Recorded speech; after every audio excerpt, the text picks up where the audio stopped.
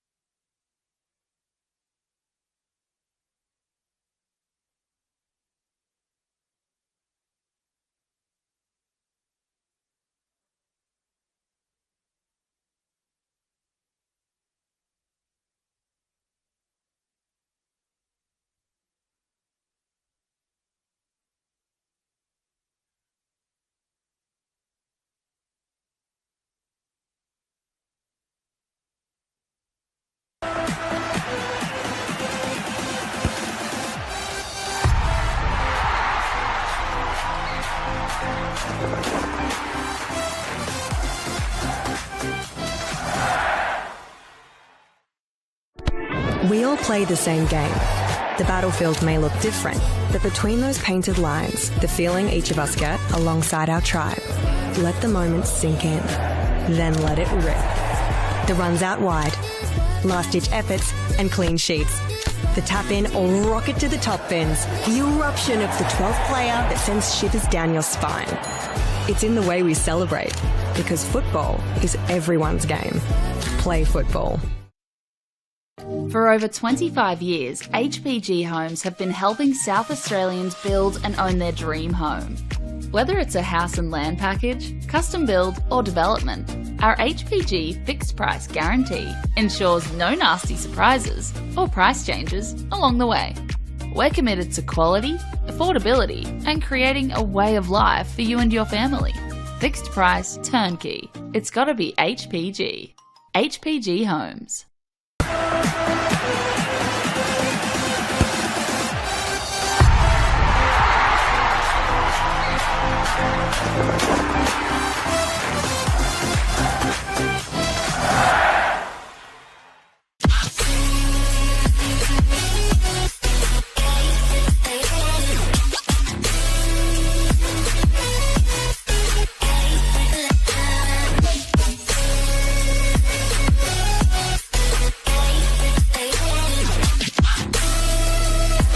Puts in the penalty and wins the grand final for Campbelltown City.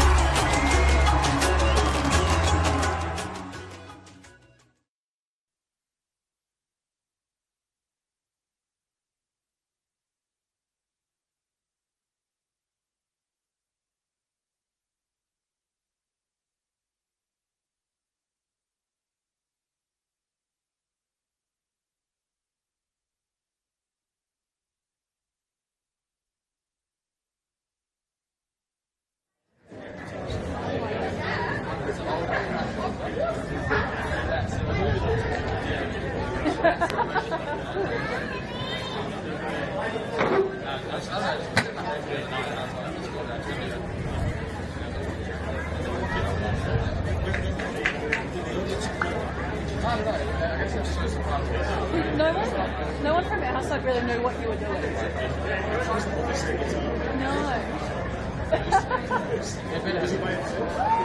No, you had to do around.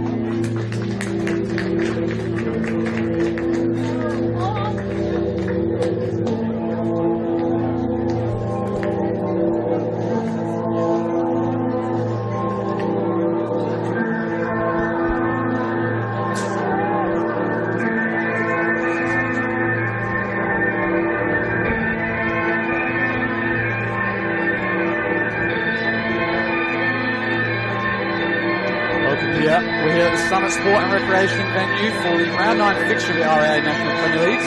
It's Adelaide United's youth team facing up against Playford City Patriots.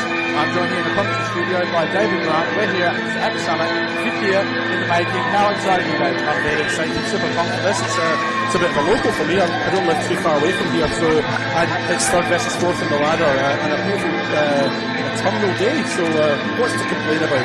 Yeah, for sure. The crowd's here as well. There's teams NPL football here at Mount Barker. As we said, it's the 5th edition of this. Adelaide United's featured in all of them, but this is the first time Playford have featured in them, and interestingly enough as well, going in my history, Playford and Adelaide United youth team have only played each other in 3 separate occasions. In 2015, when Adelaide United were first in the State League, and Playford were in there as well, and prior to that, 2008, when it was the Sassy team, and Playford City were in the leagues as well. Other than that, they've not played each other too many times, so I could only find they played each other in a finals game in 2008 in the old FSA State League. But other than that, they've not played each other for a long time. No, I mean, well, let's to be honest, Playford have only really been around as Playford Patriots since 2001. The prior entity, Elizabeth City, folded at the end of 2000. So Playford have only been around for 20 odd years, 25 years or so. And in that time, they've only spent a couple of years up in the top tier. So it doesn't surprise me that they haven't met that often.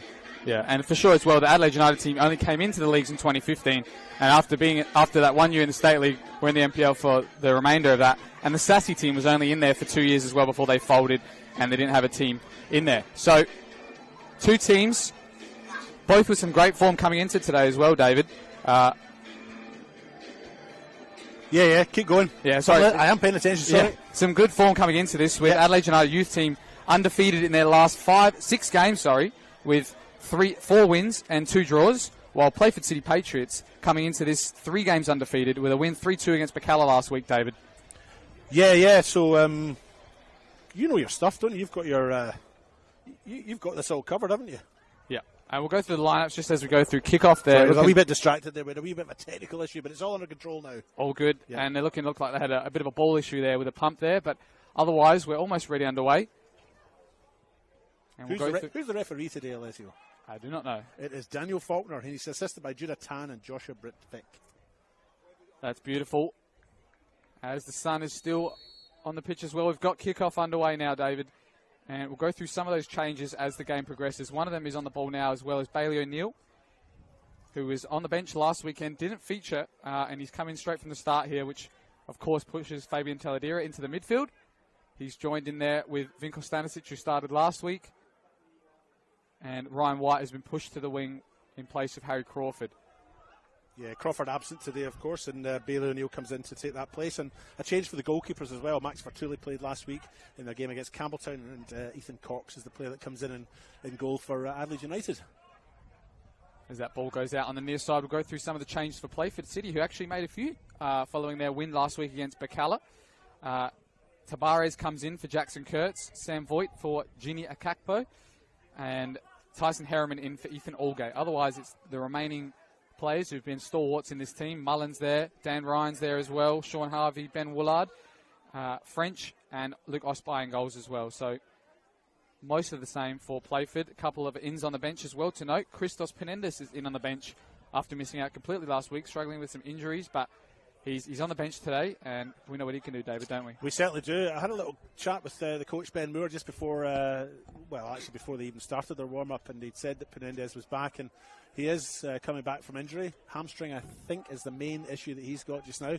But, yeah, he's back on the bench, and looking forward to seeing him if he comes on.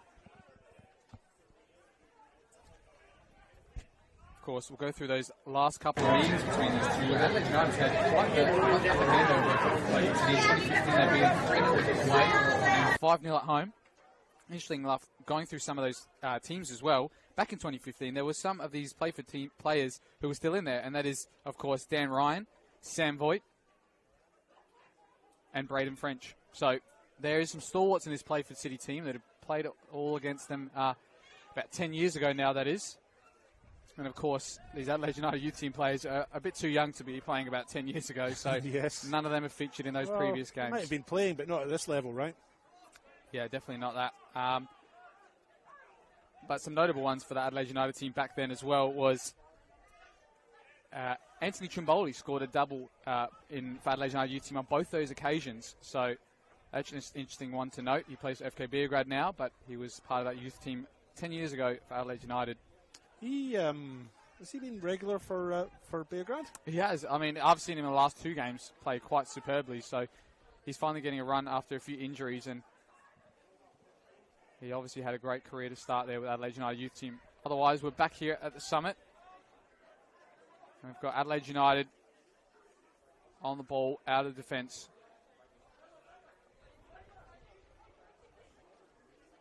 So with some of those names, of course, playing last night, David, and your Harry Crawfords and your Yaya Dakuli as well, who are the ones we're looking out for today to shine some of these youngsters in this youth team? Well, I mean, I've actually seen Adelaide United playing a few times through this season. Obviously, Amlani Tatu, number 74 in this near side, is a bit of a star. Already played a couple of games for Adelaide United's senior team in the A-League. Ryan White, of course, is out there as well. And Brodie Burkett, another one. And... yeah, I mean, they're familiar names and have made their senior A-League debuts through this year, so they're players I would be looking out for, certainly.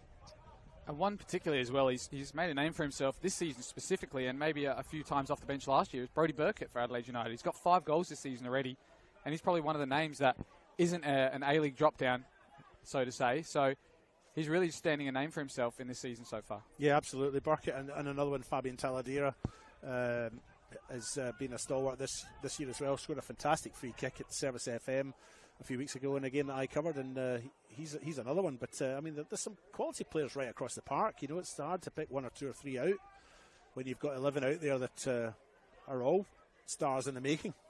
Yeah, talking about Fabian Taladera as well. He actually did score here in 2022 against Adelaide City, and the only loss they've had here, Adelaide United, in the Summit NPL fixture. He scored one of the goals that day when they lost 4-2 to Adelaide City. So if he gets on the score sheet today, he'll be another one who really likes this venue, as we had last year, Yaya Dakuli, who scored 3 out of 3 appearances here. Yep. Don't forget, Playford, of course, have got quality too, a side that's just come up this year from State League 1. And here's Braden French on the edge of the box, looking for a cutback. Ahmad's there, Ryan, and he skies it.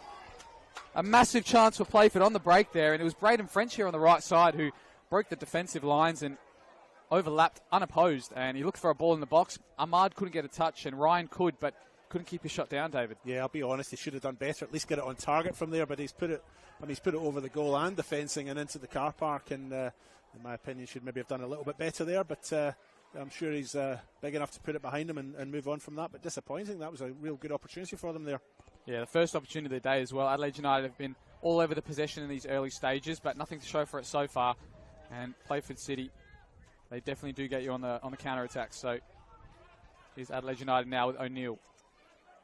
Himself has had a few injury issues over the last couple of seasons as well after getting that promotion and scholarship contract with the A-League team. He's had to train by himself over the last couple of months to try and get back, and he's back in the starting lineup today, which is good to see. A young left back. You don't really see too many left backs coming through, David, and he's got one to look up for as well in Ryan Kiddo, who's had that left back role for Adelaide United for a number of years, and he's got the armband as well. Yep. Here's Burkett looking to turn. Here's Garucho now, who finds the ball out to Amlani Tatu. The tricky winger who's got a few goals this season. Has the strike early, looking for that near post. It's got a deflection as well, David, so it's going to go behind for a corner, but early signs there from the winger. Yeah, he created the space well, beating Tyson Herman and Braden French there in that near side. Made the space really well to get the shot on, but to be honest, he never really quite got onto it, so maybe a little fortuitous to get the corner. But yeah, when Amlani Tatu unleashes, he unleashes. Last week I was at Campbelltown. He, in the first 10 minutes, had a shot from the edge of the penalty box off the underside of the bar. It was a rocket about 5 or 6 minutes in, and I reckon that bar down at Steve Woodcock Sports Centre is probably still shaking. It's going to be on the end of this corner. Goes short instead to Taladera. Might receive it again here. Tatu, he does. Might look to replicate that instead. Finds the option in Taladera, who can cross. He goes low. It's in an area. White's there, looking for somebody, and I think Playford could just about clear. Burkett now with the shot. Just past the near post. Adelaide United causing a lot of drama in that box as Playford couldn't clear their lines, David. True, but Playford had really packed that penalty box. It was very congested, wasn't it? They just compacted the area really well, and difficult for United to try and get a shot in, never mind on target, but decent defending, I'd say, by Playford. Almost a flick on there working for Tabares. He's come in the side as well. He's been one of the stars for Playford City, even if he hasn't got on the end of the goals as much as he would like. I mean, 4 is no mean feat to not shout about, sorry. Here he is, though. He's broken the offside trap. In behind on goal, looking for the strike. Tabares, back post, Milad Ahmad's there! Who taps in from close range, David. Yeah. And we're underway here at the Summit. Yeah, there was a glance to the sidelines there to see if offside might have been given, but no, it's not. And Milad Ahmed scores, and it's 1-0. Second goal of the season for Milad Ahmad, and he makes amends for that early opportunity where it just evaded him as he looked to get a touch. And he taps that one into the roof of the net, David, and it's 1-0 to Playford here. It is. Maybe a surprise on the cards, but fairly even start, really. I mean, we're only 9 minutes in, and it's been a fairly even start, so I guess they've just taken their chances. Well, they've had 2 chances, haven't they? That's the second one they've had, and the shot from Ryan earlier on over the bar, but they put that one away nicely. And it's all on this near side as well. We were talking about Bailey O'Neill maybe struggling for some fitness and consistent game time as well, and both times they've broken on his side, so he's really going to have to lock in for this next half and try to stop that from happening. But a counter-attack for Playford, it seems like it's working for them this season. It certainly has there. And just as you're talking about, Tabares is the one that puts the ball away. He was on the bench last week, but did come on, but obviously impressed enough to get a start this week. It's interesting, the changes, isn't it? You know, the team won last week, and yet they have made 3 changes to their starting 11 this week. You know, you think if you're winning games, then maybe the starting 11 wouldn't change that much, but it has with Kurtz, Akpo and Allgate, who all started last week, dropping to the bench for this week's game. Here is Ahmad now on the far left, of course, coming from Bacala last season. Had a great season in the State League 1, and now he's upped his game to the NPL, and he's got a couple of early goals in his season this year. Here's Harriman on the ball. He's the one who's come in. And it looks like he's joined Mullen in the centre of defence, which of course does push Ben Woolard back out to left fullback, his natural position. Here's Burkett now in a great position on the far side. Facing up, Sean Harvey looks inside for Ryan White. He gets a strike, and Ospai is equal to it with a great save. Yeah, it was a good stop. Ospai got down low quickly there, well, and did just enough to push the ball back out. But for me, Ryan White got the direction right, but maybe not the power. It was a little bit soft in the end, and Ospai's dealt with it well.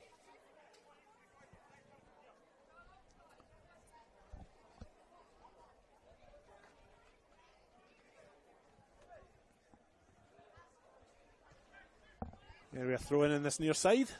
Yeah, it was good chasing back there from Tatu to stop the Playford City attack early on.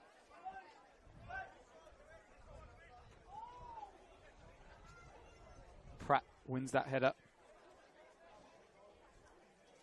And now Nicola on the far side with Phyllis. It's definitely two opposing ways of playing this game is going to pan out to be. I mean, Adelaide United are almost obsessed with the ball and playing everything to feet and nothing in the air and trying to play through a team instead of over the top or in behind. Here's Mullen, who just gets a little bit of space, but I don't think he's done enough to keep that on his team. And the Playford City way, who'd like to put it into channels, like to get nod downs and little flick-ons there to work.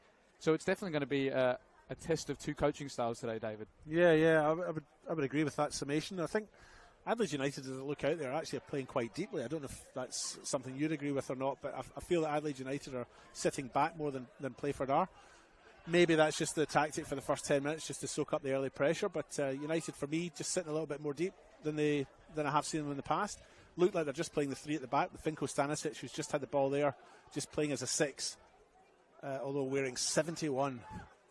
And a back 3, maybe 4 actually, with Nicola on the far side, I think. Yeah, and Bailey O'Neill on this near side. It's been the way they play for the last few years as well. Is almost, it looks like a 4-2-4 in essence, as we see Tabares here come on the break, and he's beaten Kasumovic to the ball, gets the strike away, but good recovery from Kasumovic there to redeem himself after getting dispossessed there by Tabares. Yeah, saw defending, got back well there, and Tabares is a player that you need to keep an eye on. You don't want to give him too much space, and he did get the better of Kasumovic there and make the space, but good recovery, like, as you said, from Kasumovic to block the shot. A South American live wire is Tabares, and I think he's had recently some fans come from overseas to come watch him play, some family as well. I think it was at the Croydon game a couple of weeks ago, so he's got a great following, and so does Playford as well, so I'm sure we're going to see more and more roll in as that reserve game finished just earlier. Some of those players I'm sure are going to be here as well, but the team who got promoted last year, and they're facing up against a team who only won the grand final only 2 years ago, so it's a great showing from Playford City so far this season, and they've probably done more than the expectations would have provided at the start of the year as well. But as I was saying, the way that Adelaide United play, they've done this for a number of years, playing almost 4 up top, just 2 in the midfield and 4 at the back, and a bit of rotation in and around there. But if you don't make it work, let's say you lose the ball here to Tabares, who can find Ryan on the left side, but that's a poor pass.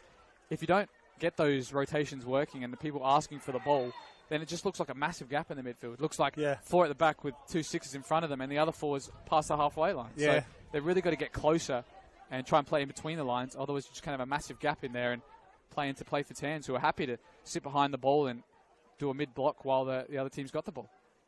Yep, no, you're right. Kasumovic now to Tatu, who's come deep to pick this up. He's looking to take Braden French 1v1. Does well, he does go past him. Amlani Tatu in a bit of space. If you look for Nicola's feet, he does, the far right. Now the look to swing across in. Garuccio goes short to Taladera. Chips in behind, looking for Garuccio again. Tatu's there to contest, but Playford City come away with it and just clear past the halfway line. So of course, Adelaide City last night, they had a 1-0 loss to Campbelltown, and Adelaide United can go from 3rd to 2nd if they win by 2 goals or more today. So incentive for them, eh? Yeah, of course. I mean, for Playford City as well, it's a little nutmeg there from Tatu, and he shows some skills. So does Burkett. Goes down the line. Another little nutmeg on Harriman this time. Looking behind for White. All crowded there, though, at the top of the box. Yeah, congested, isn't it? Look how deep even Malad Ahmad gets to defend for his team. So they're And the side, he was over on the left before. exactly. So there are a team that know the way they play and know how good they can play if they all stay together and stay compact and try and limit the areas that Adelaide United get into and hopefully face them backwards. That's Kasimovic with an excellent raking ball out to Nicola, on the far side, but he's straight offside. In fact, Ahmed and Tabares have swapped sides. It's a minor change, really, isn't it? Because they're the two sort of forward players, but they have swapped sides. Tabares has gone to the left, and Ahmed's over here on the right now. I was going to say as well, there is some fixtures going on around us today as well. In the NPL, it's Raiders versus Para Hills, which at the moment is 0-0. You see Cox play out the back here. Be the highest appearance maker here at the Summit NPL fixtures. 4 appearances for him. He obviously played in 2021, 2023 and 2024, and then of course this year is his 4th at the venue. No one's played in all 5, unfortunately. But I'm sure the longer this happens, we're going to see a fair few people make some great features as Woolard clears that into the cafeteria side. I think the assistant may have brought that down, controlled it, and then just played it back, but no, she ducked.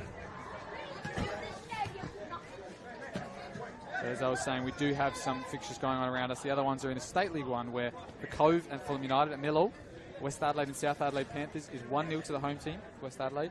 0 between Salisbury and Pontian, and 1-0 between Blue Eagles and Adelaide Cobras. Of course, there's other games featuring tonight with commentary as well. Metro Stars and Adelaide Comets are later on in the NPL. And then, of course, Adelaide Vipers, Sturt Lions, Adelaide Olympic and Cumberland United also.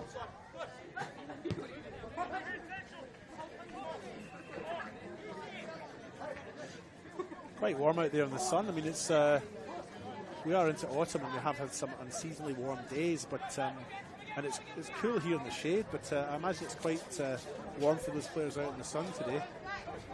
Temperature's only supposed to be in the low 20s, but running around in that sun, I would imagine it's quite warm. Yeah, top of the hill as well. We are at the Summit, so there isn't any much tree coverage, as you can see on the screen as well.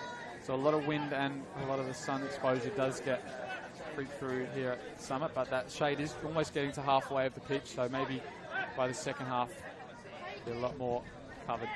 Good touch forward from Taladera, but he also is chased by Xavier Pratt. Harriman can only go long, but he's found French in acres of space on the right again. What's his delivery like this time? It's into a great area. Just evades the touch of Tavares. Doing well though on this right side, David. Yeah, but decent enough defending as well from Alawal Nicola to clear the danger from Tavares. But yeah, no, Playford having a little bit of joy down the right, which is where the goal came from.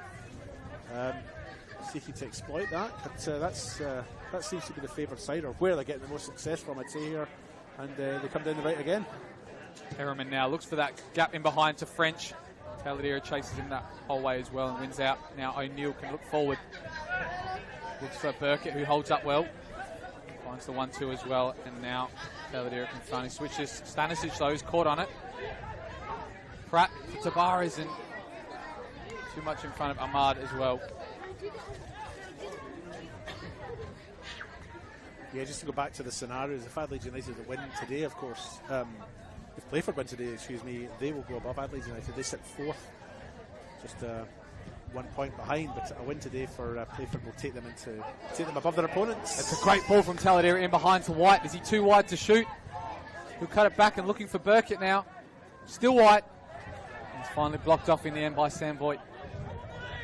O'Neill looking for a cross. He's going to switch it instead for Nicola. Danger averted for now for Playford. They're exposed a little bit in behind in there with a fantastic ball from Taladera. That's not a good one though from Stanisic. Ryan. Tavares with a lot of space to drive into. He's looking forward for Pratt. Now they find him. He goes 1v1, looking for a ball back post. Finds Ryan. Whips it in. Stanisic is there with a header, and I think Nicola is going to clear this long. Puts it into a dangerous area. Luckily, Taladera was there. Across the face of your goal, eh? Not quite, but certainly not as safe as going up the line there. Interesting choice.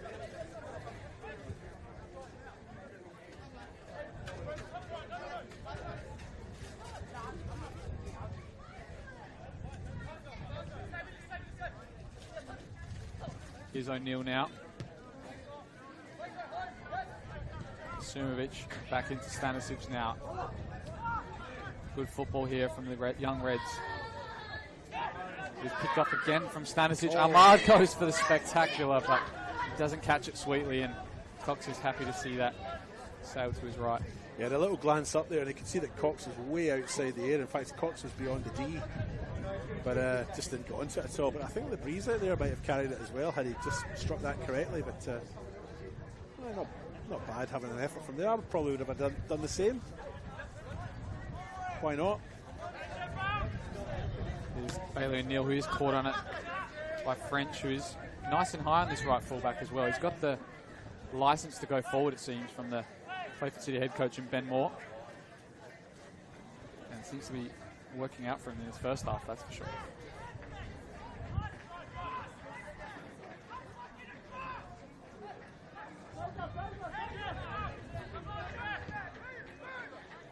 Here's Tatu again, very deep to pick this up.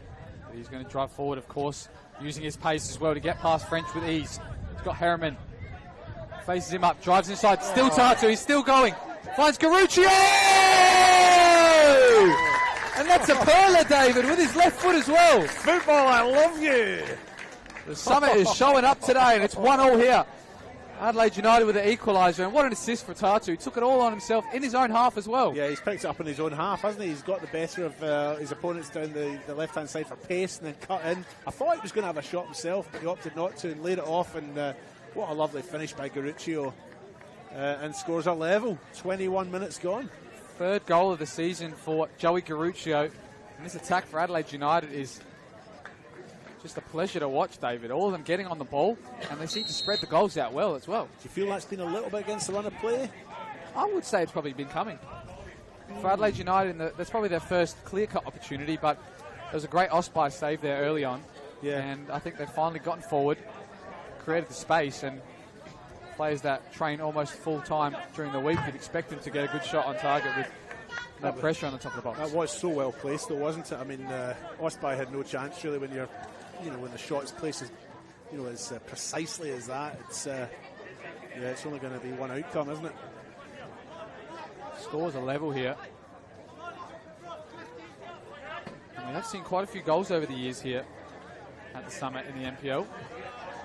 Of course, that first game in 2021 was a 3-2 win for Adelaide United over Cumberland. In 2022, it was a 4-2 loss against Adelaide City.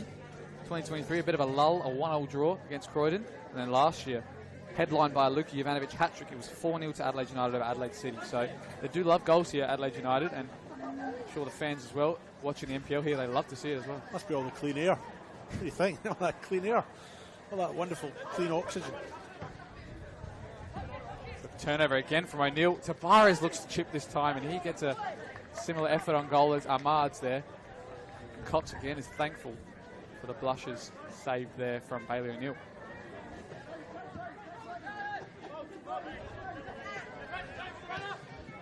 Burkett, good touch away from his defender. Looks to play it back to O'Neill, but he is fouled in the process. They're going to get this free kick. Yeah, there wasn't really much in it, but it was a tackle from behind, so the right decision's been made there.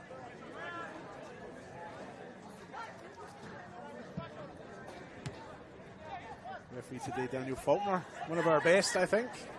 Not that we have any bad ones. I mean, collectively we've got some good referees up here in the NPL.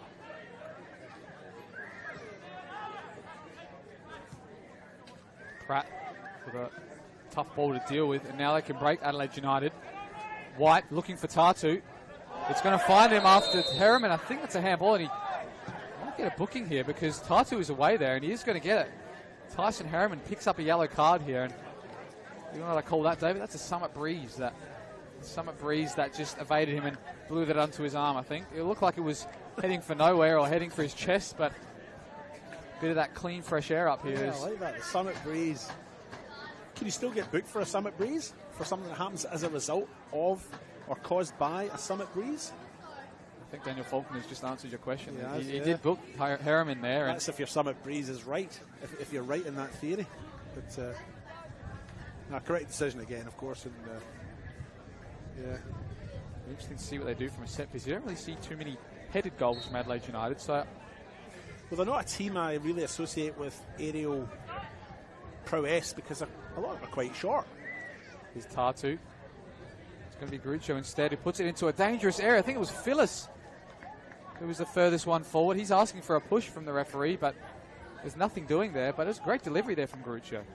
Yeah, so Tara Phyllis, Ryan White, Stanisic, they're the three sort of tall guys in that team, aren't they? But I don't associate any of them with really being... Well, Mallow Nicholas a big lad as well. But, yeah, you're right. I don't really associate the team collectively as being... Not bad in there, but not outstanding. Not something I really associate with them as they come down the right. Great little back heel from Grucho again. Right, has evaded the tackle. He's looking for a cutback. Goes far post to Tatu, and fortunately French is there to clear at the back post. Here's Woolard. Has to clear now, Playford, and Ryan just does enough to find Pratt now. And it's launched long for Ahmad to try and deal with. Of course, another little interesting note as well. We did see Grucho score with his left foot just before, and he took that free kick with it. You know his cousin is Ben Grucho for Western United, the captain. I knew they were related. I wasn't sure what the relationship was exactly. And he's left-footed as well, Ben Grucho, so maybe he's taught his cousin a thing or two. Ahmad, he tries to deliver. Tabarez got in there ahead of the keeper. It's a penalty, David. Very clever by Tabarez. He was... Look, I think it was a penalty. I think it definitely was a penalty, no doubt about that. But Tabarez knew exactly what he was doing as he went for that ball, put his body right in the way of the goalkeeper, and teased the foul out. Yeah, he just nipped in front of the keeper there, and you know if you get a touch on the ball, touch it away from the keeper, he's always going to foul you. And that's South American live wire, Tabarez. And now it's a chance for, looks like Isaac Mullen to further his lead as the top scorer in the NPL. He's got 6, equal to quite a few. But he's looking to make it 7, David. Yeah, he is. He's on 6, along with Tyrese Conway, Lewis, Laurie Latanzo, and Mark Marino. Can he make it 7? Cox trying some intimidation tactics here, David. See if he can put him off. At the car park end, it's Isaac Mullen. Bottom left! And it's 2-1 Playford. They're back in the lead, David. Yeah. Dispatched expertly by Isaac Mullen for 7 this season. Yep, puts him top in the league. That's correct. He's clear by 1 goal, with no other goals scored today just yet. But this game, David, it just provides goals. So far, yeah. Hopefully I haven't seen the last 27 minutes in. Don't curse it. What a game here we have. It's 2-1 now to Playford. Just encroaching on the last 15 minutes of this half, but we've got a lot more ahead of us, and the crowd are hoping for a lot more goals too.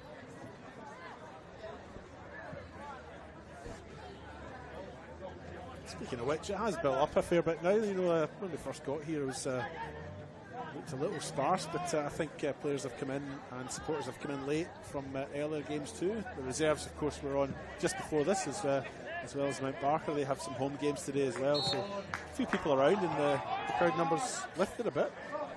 Maybe they were coming from that back pitch game before, David. What a game that was. Was there a game in the back pitch, was there? I think there was. I didn't notice. Who was playing in the back pitch? Mount Barker reserves. Another win under the belt for the boys. I guess, was that Western Strikers I saw them playing against? Correct. Up to 3rd in the league now. What was the score in that game? 2-1? Correct. Wow, I was watching after all, eh? Back to this game. Kasumovic looking for another long ball. Gives it away instead. Tabarez, keepers off his line. He's going to go 1v1 instead. Tabarez looking for Ahmad. I think he was offside. That flag's down. And Ryan just clears that. Just about missing my car, but they're asking for a deflection actually, David, but I think they were quite lucky that they wasn't called offside. Yeah, no, I think that was, I think you're right. I think they were a bit lucky that wasn't called.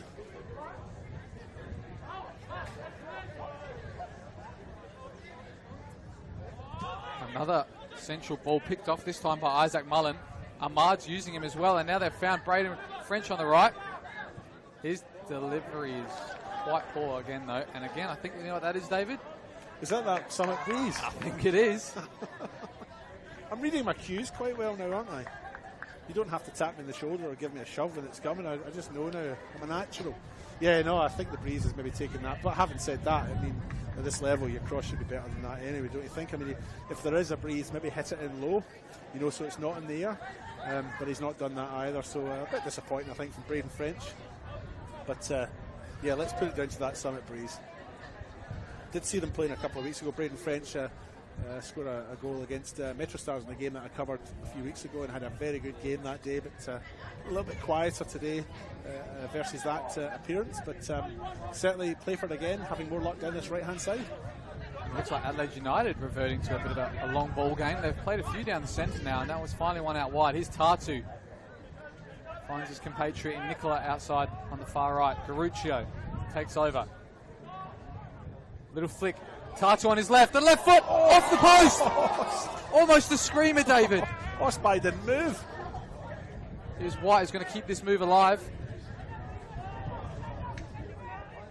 They're camped in their box, Playford. White can't find somebody centrally. Stanisic now has to go backwards, but almost an absolute worldie there, David. On the left foot. Thought it was going to go in off the post, in fact, but he was unlucky, but he's still going, Tatu. He's after that goal. Cuts it back. Nicola's there. Looks for the bounce with Brody Burkett, but he can't stick the ball. Now Ahmad will come away with it. Felt Nicola should maybe have had a shot there. It was a glorious pass from Tatu to find him. Maybe should have had a shot, but here come United in the right. Be an interesting one to see score, and White evades all the three pressure of the white shirts. Back post for Tatu. And the clearance is fortunately found a white shirt instead and passed a lot of French there. Just made an overlapping run. And now Adelaide United desperate to get back in this game. They've certainly had the better of the play over the last 5 or 10 minutes, don't you think? I mean, I think probably since they scored. I felt up to that point, and I know you might want to cover this. Brody Burkett has played him behind. He's got no one in the middle, and he's not got anyone back up. Now, Nicola will try and play this across the field to, I think, O'Neill. He might look to shape and shoot. He doesn't. He finds the feet of White. Burkett. Garuccio with a good ball, looking for the head. Here's Nicola with another chance, but you can probably tell he's a defender every time he's up there. Yes. He's not looking to shoot or cross. Or dribble. But he's kept the ball, that's the main thing. Yeah, they've still got possession. Here's O'Neill driving forward. Bit of pressure from Tabares. Tries to go through the legs of Harriman. Doesn't succeed. Now Playford could try and break here, but... Just for me, Playford just lost their shape a little bit, just over that minute or so, but here they come on the break. Got a little pirouette there from Ahmad. Here's Ryan. We want to see more of him in this game.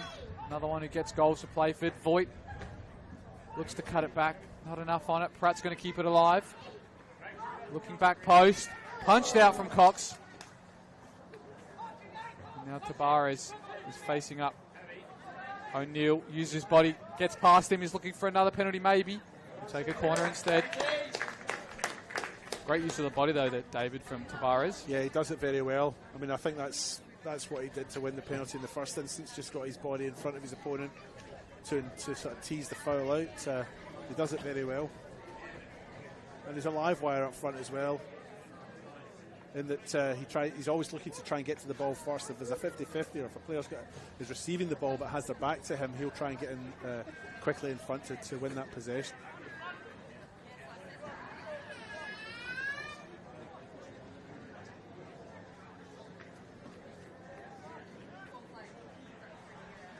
Here's Ben Woolard over the top of this. Goes far post. Good grab though from Cox. It was, considering he was looking straight into the sun. He's taken that very well, held it well and brought it to ground. Now he plays it out to Malawal Nicola. Looking for some option forward, but they're all too tightly marked at the moment.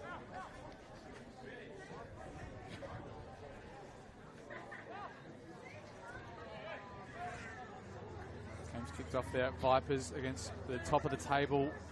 Undeniable Sturt Lions at the moment. It's 0-0 just now. A couple of minutes gone. Here's Garuccio's come deep. He finds a Travella pass to Brody Burkett, who spins his defender now. Looking for White, looking for a bounce, but too many bodies in there. And Playford will clear again. Ahmad over the top to Tabares. He's got the overlap of Ryan. He's going to use him. Trying to get this Playford team forward. Pratt, space to turn. and turn again, looking for Tavares. He's driving in the box again. Santiago Tavares. His cutback just misses Dan Ryan again there. Yeah, Ryan was the obvious target, but he's just sort of tapped it behind him. Just that final ball lacking. But Playford, I think, have got their shape back again. For just a couple of minutes, I felt they were just sort of a bit, well, in a state of sort of disarray. I think United had them rattled, but they've got their shape back again, I think, and they've maybe just taken the pace out of the game as well, which is something that United have in abundance, what with them all being sort of younger players, I suppose. Good couple of headers there from Playford, and Ahmad can turn and find Isaac Mullen. Looks for the return pass to French, who's still up there. He's getting nice and high on this right side, David, and I think he's probably playing on the fact that Bailey O'Neill hasn't played too many games this year, and he's a bit rusty, I think. Yeah, Bailey O'Neill, I mean, I don't think he's played that badly, but he certainly hasn't shone, has he? He's not been a standout so far. He's given the ball away just a bit, I think, to my liking as well. Fortunately, not too many of them has resulted in goals, only one probably on this side, but he's just got to try and play the feet of Amalani Tatu. He's such a live wire on this side that he's just got to play his feet and let him dribble at the defence instead of trying to find these balls up central, the miracle ball. Just play your winger's feet, let him do the work. Yeah.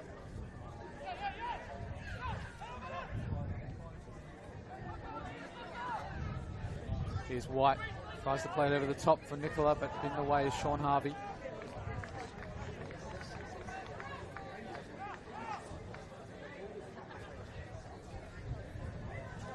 Words of wisdom, I like to call it, that I've seen is you give it to your tip-tap Charlies, and some of your ham and eggers back there just got to play the simple ball. Wow. Tatu's the tip-tap Charlie, and at the moment, Bailey O'Neill's the ham and egger. Just play it simple, play your job, and play your role. I'd have to confess that 36 minutes into this on the One World LED Sportal scoreboard with the score at 2-1, I've got no idea what you just said. Here's Tavares on the far left, keeping it alive, but he's shown too much of it to Phyllis. You might have to expand that half time. You might have to give me a little bit of an explanation as to what that meant. I presume other people understand, but you lost me there, pal. I've heard it on a Peter Crouch podcast, and he was talking about, I think, under one of his coaches there in England, and he said, some of you just got to keep it simple. You're not going to be the flashiest player. You're the ham and egger. We need you every week, but you're not going to be the one to win us the game. Give it to the tip-tap Charlies, and they'll do the job up front. Just keep it simple and play it forward. You've lost me again, pal. Anyway, I digress. I want to understand.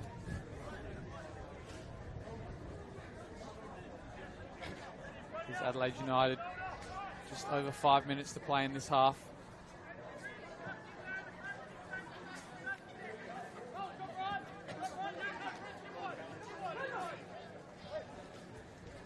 Just haven't been able to get it to their star men at the moment. They're playing all the possession out the back here, but they just haven't been able to get it to their strikers. That's a better ball to Taldiera, and now he can finally see at the feet of Tatu, who drives inside with ease. Still going, Tatu. He's after that goal for sure. Tries to find White, but his ball's deflected out, and will just go the other way to Tavares. Yeah, it was a solid stop by Ben Woolard there to block that opportunity, but every time Tatu comes forward, he just looks immense, doesn't he? He looks a real threat.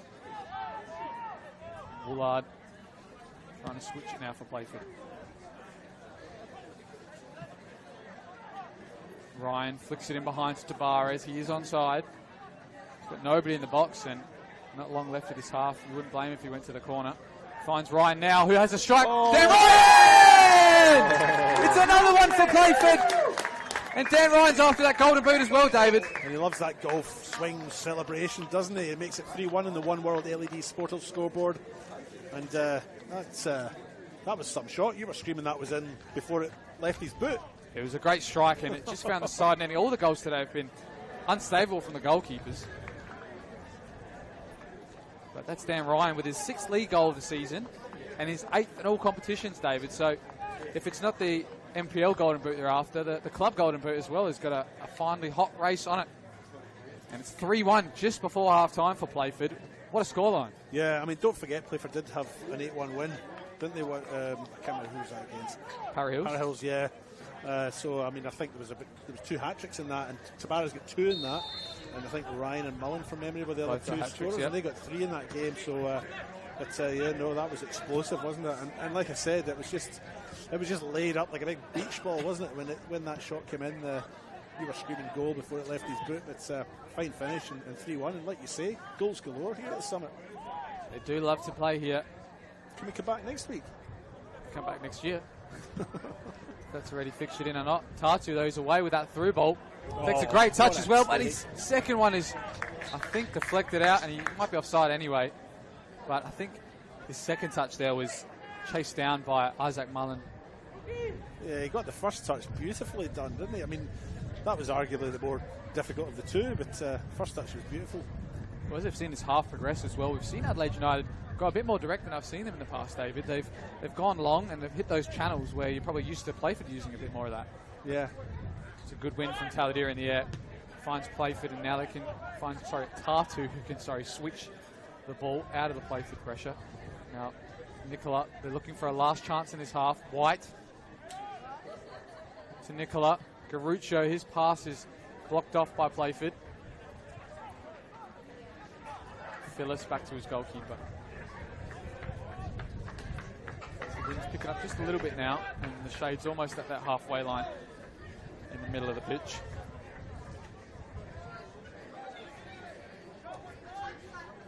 It looks like we have got a goal around the grounds as well. It's Para Hills, who have got the 1-0 lead over Raiders at the moment. And it's, I think, their captain, De Oliveira, who's got it as well. Playford, they're not done scoring here. Ahmad finds Ryan again, who's driving in the box. Dan Ryan, he looks for the shot first time, but that one's too easy for Ethan Cox. Yeah, you wonder if maybe he should have played it away from the goalkeeper, maybe a low along the ground like he did, but maybe away from the goalkeeper. I think when you're playing it straight towards him there without any real power, then it's going to be easy enough for a keeper of the quality of Cox to collect. But they're still a threat, aren't they, down that left-hand side? Using the wings very well, Playford. Here's Nicola again looking inside. Burkitt, he hit that first time, but White was not on his wavelength, and that's, I think, going to be easy for Playford to just clear along. Osby puts everything into that. And we'll just go over the halfway line. Here's Pratt now with a great first touch from that header. Woolard looking to put it into a channel for Ahmad, but that's going to be tough to chase down, especially with the pace of an artificial pitch. And they'll just go behind for a goal kick. So as we draw to the half-time whistle, David, has this game provided the spectacle you were expecting? Yeah, I mean, I think so. I mean, it's been a nice open game, and I've certainly enjoyed it more than the game I covered last night, which was a little bit slow at times, I'll be honest. I won't name the teams. I'm not that kind of guy, but it was a bit slow last night. So, I mean, this has been a nice open game, and to see goals as we have has been fantastic. And Playford are playing a nice brand of football. I felt for the first 10 minutes or so they were maybe the better of the two until they scored, and then for Adelaide United seemed to be rejuvenated when they conceded, and then they equalised. But since that, Playford have been in the ascendancy and are 3-1 up. Here's White trying to shield this out for a goal kick, and he will do that. What did you say your prediction was before the game? Can't say it live on air. Even for both teams, David. Okay. Oh, there's nothing wrong with the prediction. That's an objective. I said one team to win 3-2. One team to win 3-2. Oh, that's on target then, isn't it? Correct, but got a long way to go, and a great bench for both teams to use as well. Some great players. There is some quality in the bench, isn't there? I mean, Adelaide United certainly got some players they can call on. Frank Basasa, Alex Batistella, Luka Blazevic. Some decent players out there for them. And of course, for Playford, Christos Pinenda coming back from injury. Genie Akpo, he scored a banger last week. Yeah, I mean, that's the thing. They've got Playford have arrested 3 players that actually did quite well last week in their win. Jackson Kurtz scored as well. Yeah, Genie Akpo and Ethan Olgate. Here's Nicola looking for the run of Burkitt. Again, can't find a cross. He will still go though, and Dan Ryan leaves it. That's going into the box, and Voigt saves his blushes by clearing it. The danger's not averted just yet. Nicola, his pass is to no one but a white shirt. They'll try and play this out. They've only got a minute left in this half.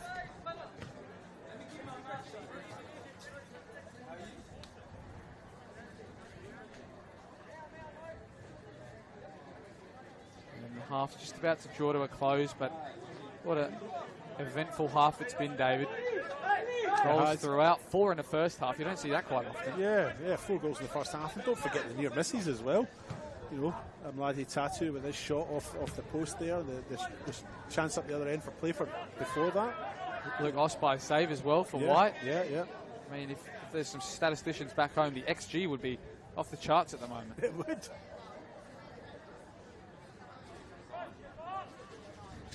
Just to recap, if you've just joined us, it was all started by a Melad Ahmad 8th minute strike, followed by a Garuccio first time outside the box, and a penalty from Mullen, and finally another one from outside the box from Dan Ryan. So we've had 4 goals in this first half. We're hoping to see more in the second. And we want to see how tight this game can eventually do, or how far away Playford can go. Atatu tries to get a cross in, just win a throw in instead. Half time there at Croatia versus Para Hills, still 1-0 to the away side.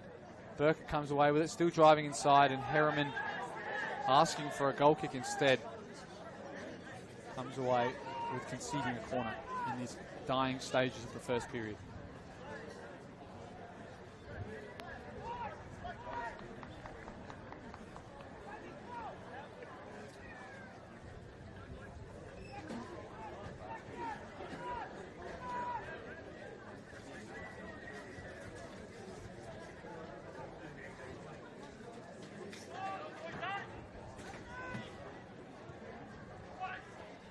Bouncing in the box, Stanisic, does he get enough time to shoot? He doesn't.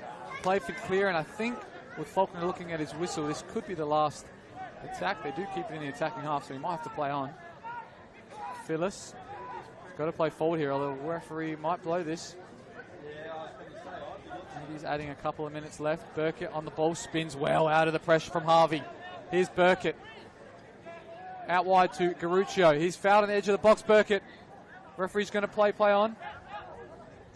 Taladera with a volley, but just past the post, and the referee blows his whistle, David. Yes. Half time here now. Daniel Faulkner's had enough. He says we should go and get ourselves a cup of tea and a scone or something. The break is upon us. But what a first half of football. Thoroughly enjoyed it. 4 goals, as you mentioned, and plenty of other incidents as well, including shots off the post and so on. And, you know, going into the break, Adelaide United must be wondering what they have to do to try and get themselves back into this. 3-1 down. Well, more don't go anywhere, because that second half's got a lot to enjoy. So we'll see you then as we go for a short break.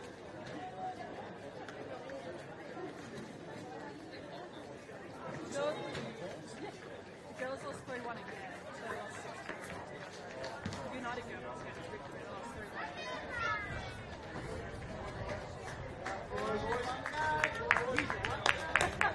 Is that why you think this?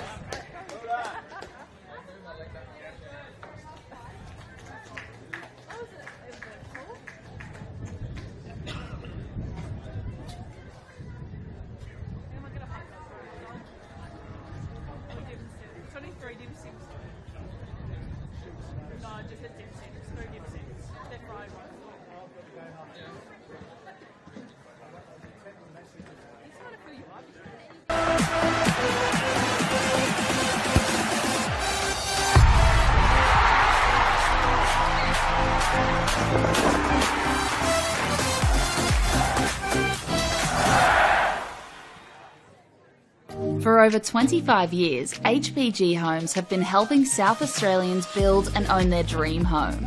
Whether it's a house and land package, custom build or development, our HPG fixed price guarantee ensures no nasty surprises or price changes along the way. We're committed to quality, affordability and creating a way of life for you and your family. Fixed price turnkey. It's gotta be HPG. HPG Homes.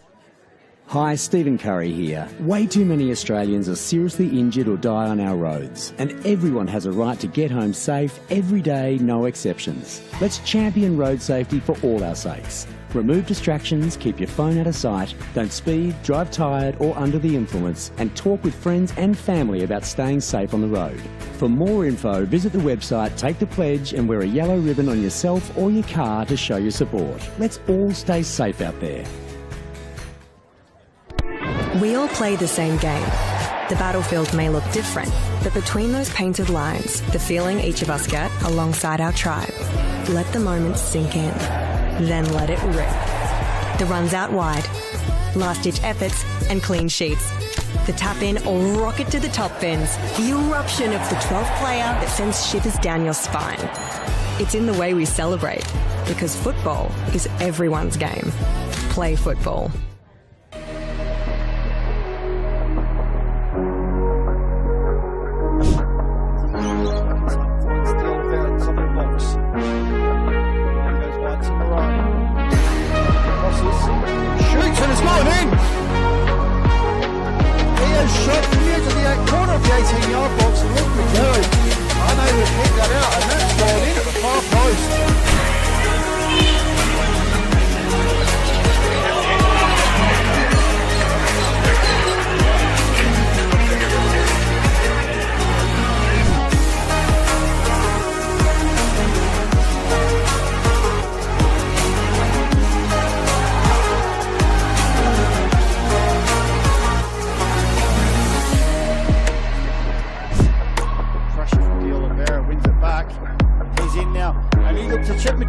And he's done so, and he's made it 2-0. Contender for goal of the week. He's noticed Magello off his line, and he's chipped him from about 25 yards out and taken a 2-0 lead.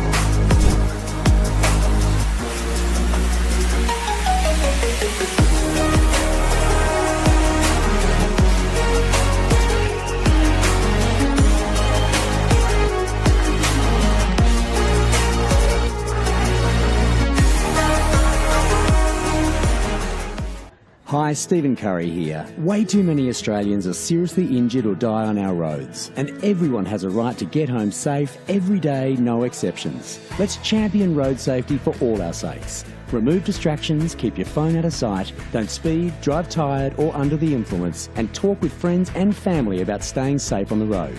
For more info, visit the website, take the pledge and wear a yellow ribbon on yourself or your car to show your support. Let's all stay safe out there.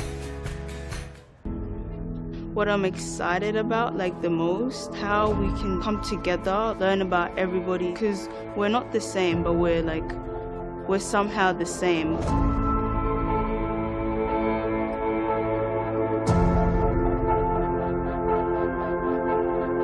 The community came to government to express their concerns about young people. It is our role to listen and it's our role to act. There's so many kids wanting to play the game from all walks of life.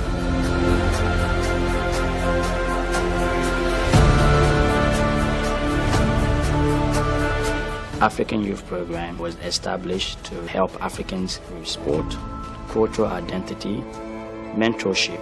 Having a program that's going to target the African children, given it's their sport of choice, presents a huge opportunity to link participation in football with education, which is a perfect thing.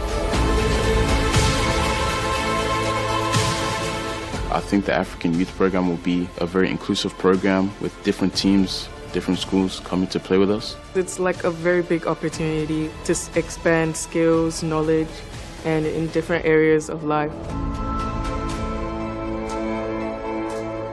Most of the kids will grow from this program to be able to become valuable, positive contributors in our society. Like a voice to be spoken with and not being scared to show your skills.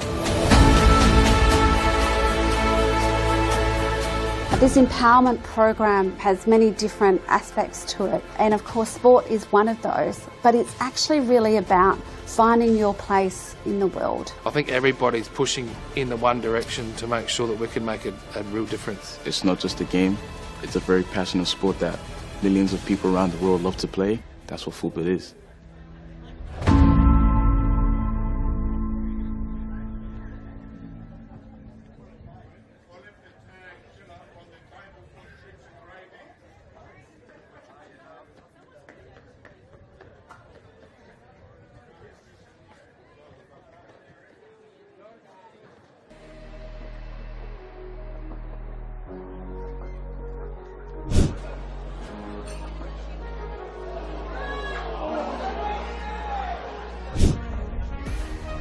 Andy O'Ryan with the free kick. Comes off Cameron Woodfins. Oh, what a save. What a save by Cody Ostray. Lining up. He's sent into the area. And it's great save there from Woodlands. And we'll give another corner in the end, but Have all 3 points tonight. Although, still possible opportunities. Joy Kingburn with the header. And Vaughan, I think, had to make that save. Hit it and does. And it forces a great save from Magetto there and pushes it wide for a corner.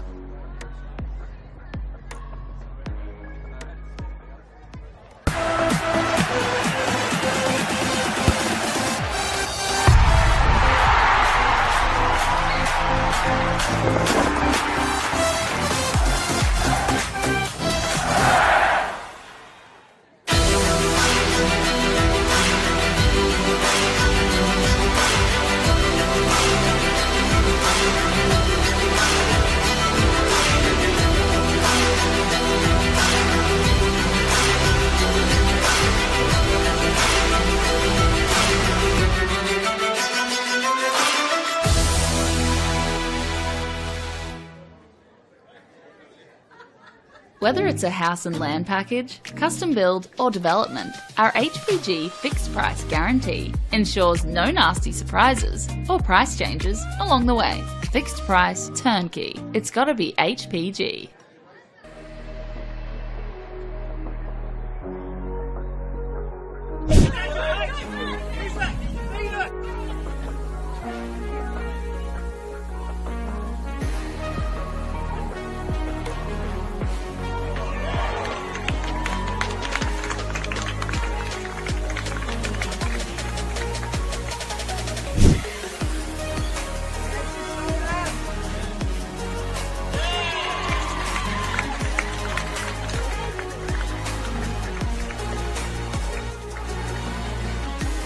Has a little bit of space, takes it down nicely and plays a nice sweet ball to Millie Scott. Scott on the run now has a shot and she's beaten her opponent to the far post and opened the score for Metro United. Fine goal by Millie Scott and it's 1-0 in the One World LED Sportal scoreboard. Rushes aside, Gray comes out to Hadaj. She finds Mansueto at the far side, she's onside. Nice touch by Mansueto to get past her opponent, she struck that beautifully and Metro United have got themselves back ahead. After some fine work on the far side of Victoria Mansueto, it's 2-1.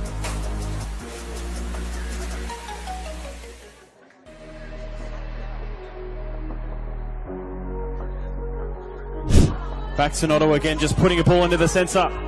Could this make it? Number 5! Good save from Lucas. That ball clipped over from Rojas. The flag has stayed down. Rojas to restore Flinders' lead. Saved. The edge of the penalty area, you would imagine. And the ball might break here. Box! Oh, great save, Jenner. It might still fall for Box.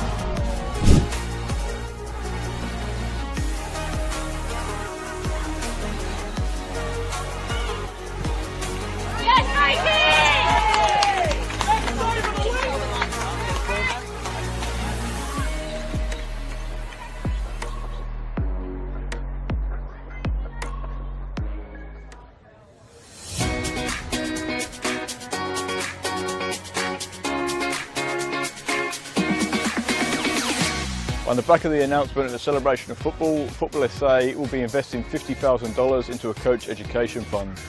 $35,000 will be invested into community coach education, which will see 19 courses at club venues and over 500 community coaches.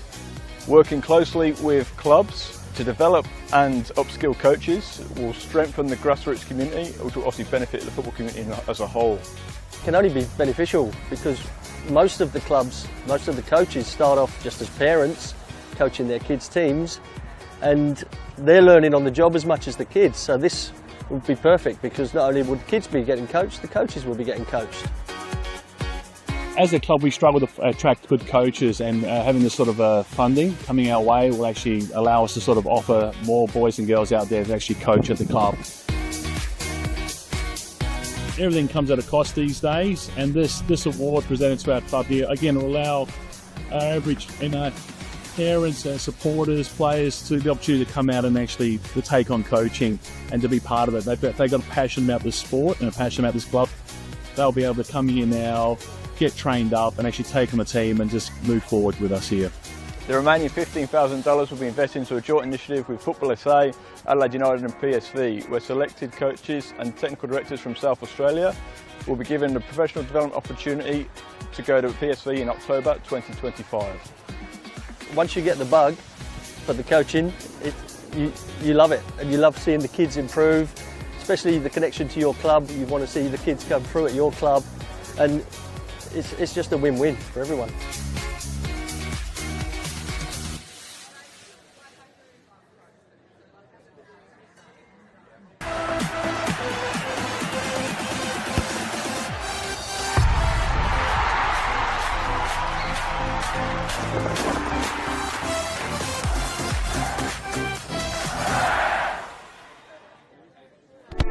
We all play the same game. The battlefield may look different, but between those painted lines, the feeling each of us get alongside our tribe. Let the moment sink in, then let it rip. The runs out wide, last-ditch efforts and clean sheets. The tap-in or rocket to the top bins. The eruption of the 12th player that sends shivers down your spine. It's in the way we celebrate, because football is everyone's game. Play football.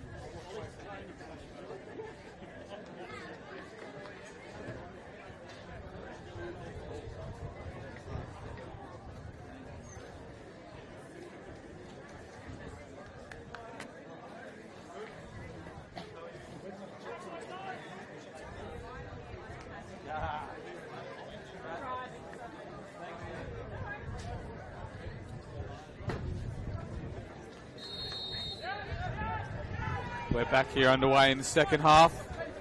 The NPL and the Summit fixture between Adelaide United and Playford City.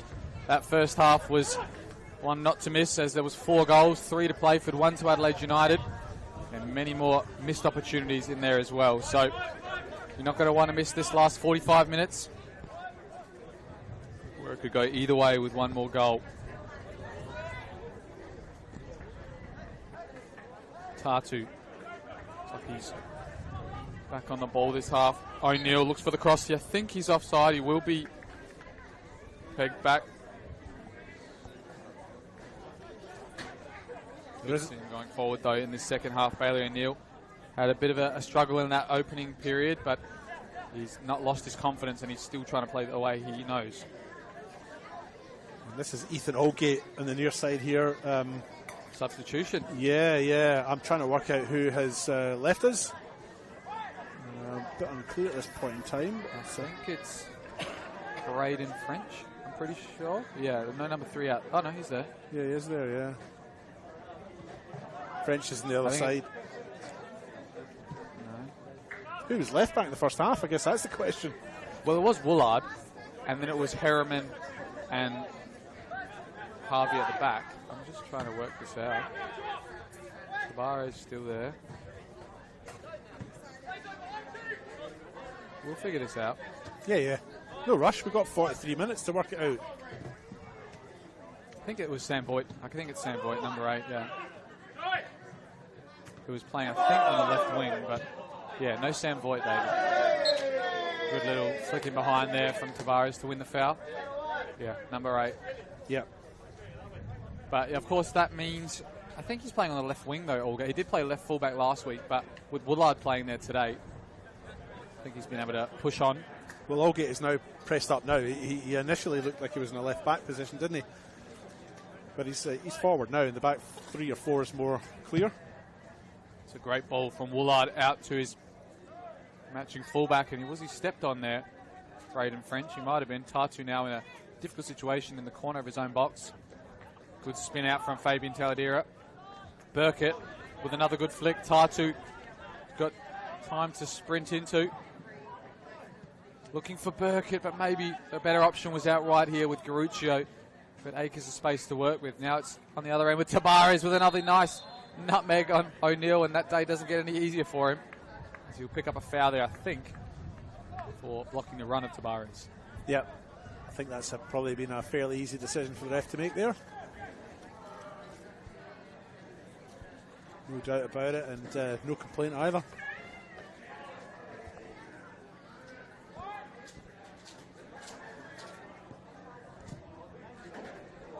Another ball in behind, looking for Tabares. It's going to find its way out to French. An audacious volley there, just flying past the post there, Ethan Cox. I'm sure he was happy to see that fly the other way.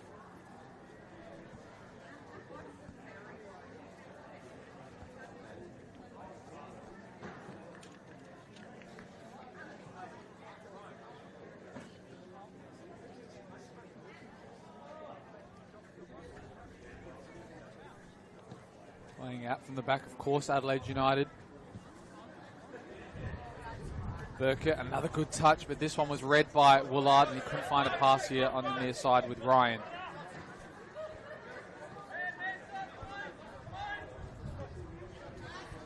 Patiently putting their moves together is Adelaide United. Cox looks forward. It's a good run there from White to hold up. Finds Stanisic. Returns the favour. Nicola gets in behind. No advantage. Referee's going to pull that back.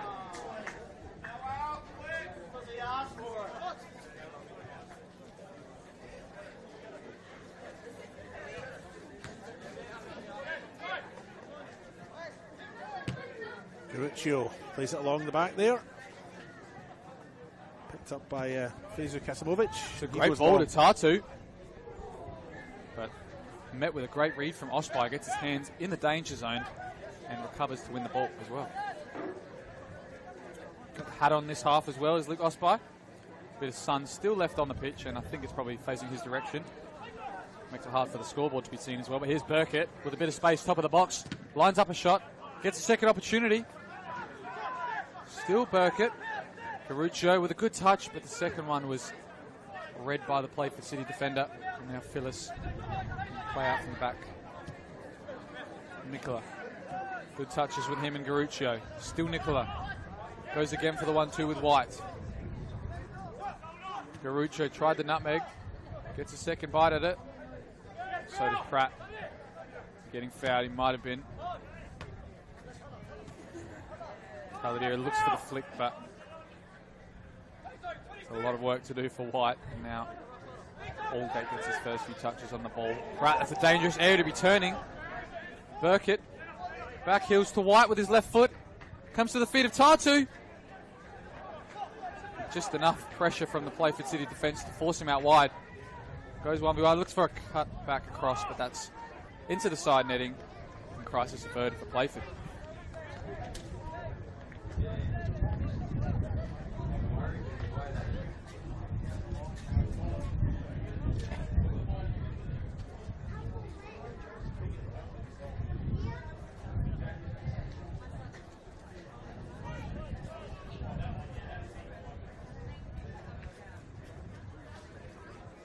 For Luke to play out from the back.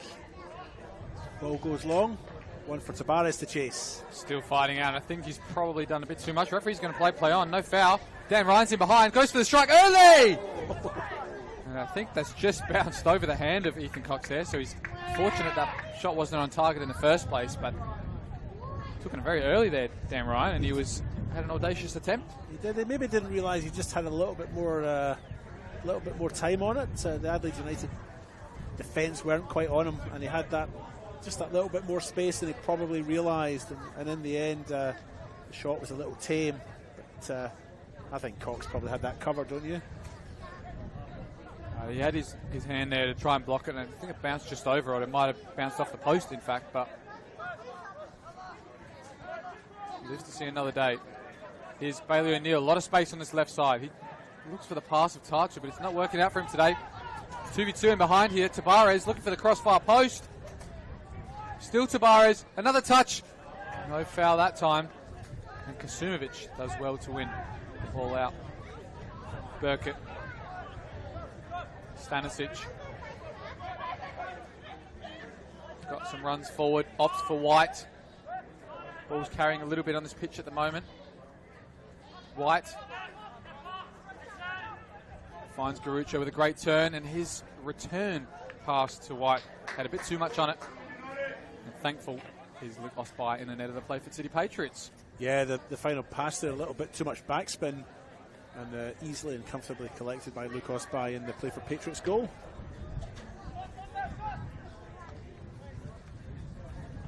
So their early form, Playford City, in this season did include a lot of goals. That obviously 8-1 win, 4-0 win against Campbelltown, 4-3 loss against Adelaide City, a cracking game, that one.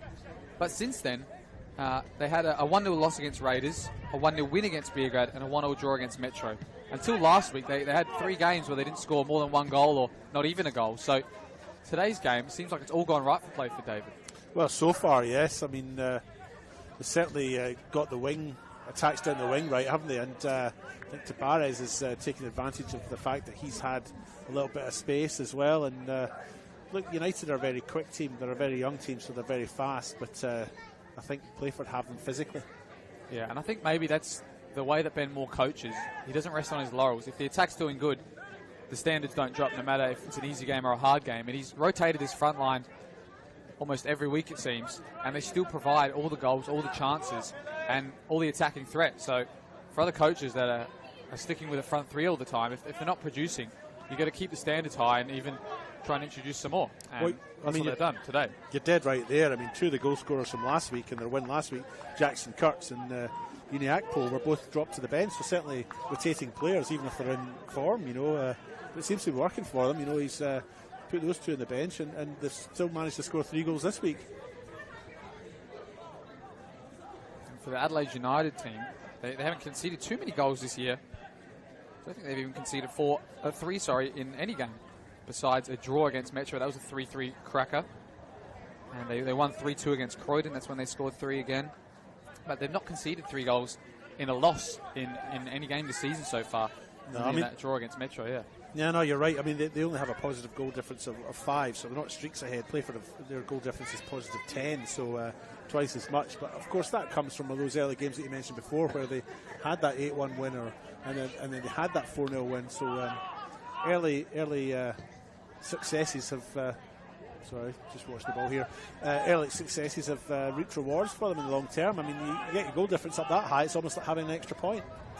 And especially for Adelaide United as well. I mean, their team does rotate a lot through the season, but most of that back forward does remain in this team throughout the year. Yep. I mean, other than the goalkeeper might change every now and then, but usually this back four will play every week. Kasumovic, Stanisic sometimes plays back there, but it's Phyllis Kasumovic will start every game this season, and then Bailey O'Neill and Malwal Nicola, they're not very involved with the A-League squad so much, so that team, that back line remains the same. So for a game like today where it seems like it's all going against them, they've played with each other a number of weeks, so yeah, it's only up to them to make the difference. Consistency's been the key, hasn't it, at the back for United?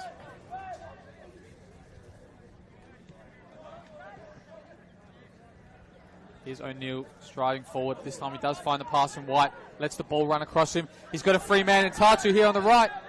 Looks for White again. Oh. Maybe he should have shot there, Tatu. He was in acres of space. If he took the touch forward and had the strike himself, it might have been a bit more clearer route to goal, but he opted to pass it back to White. And this shot evaded all the bodies in the box, but it also evaded the target, David. True. And if Tatu had a shot at that and put it into the car park, we'd have been going, why didn't he lay it back for Ryan White, wouldn't we?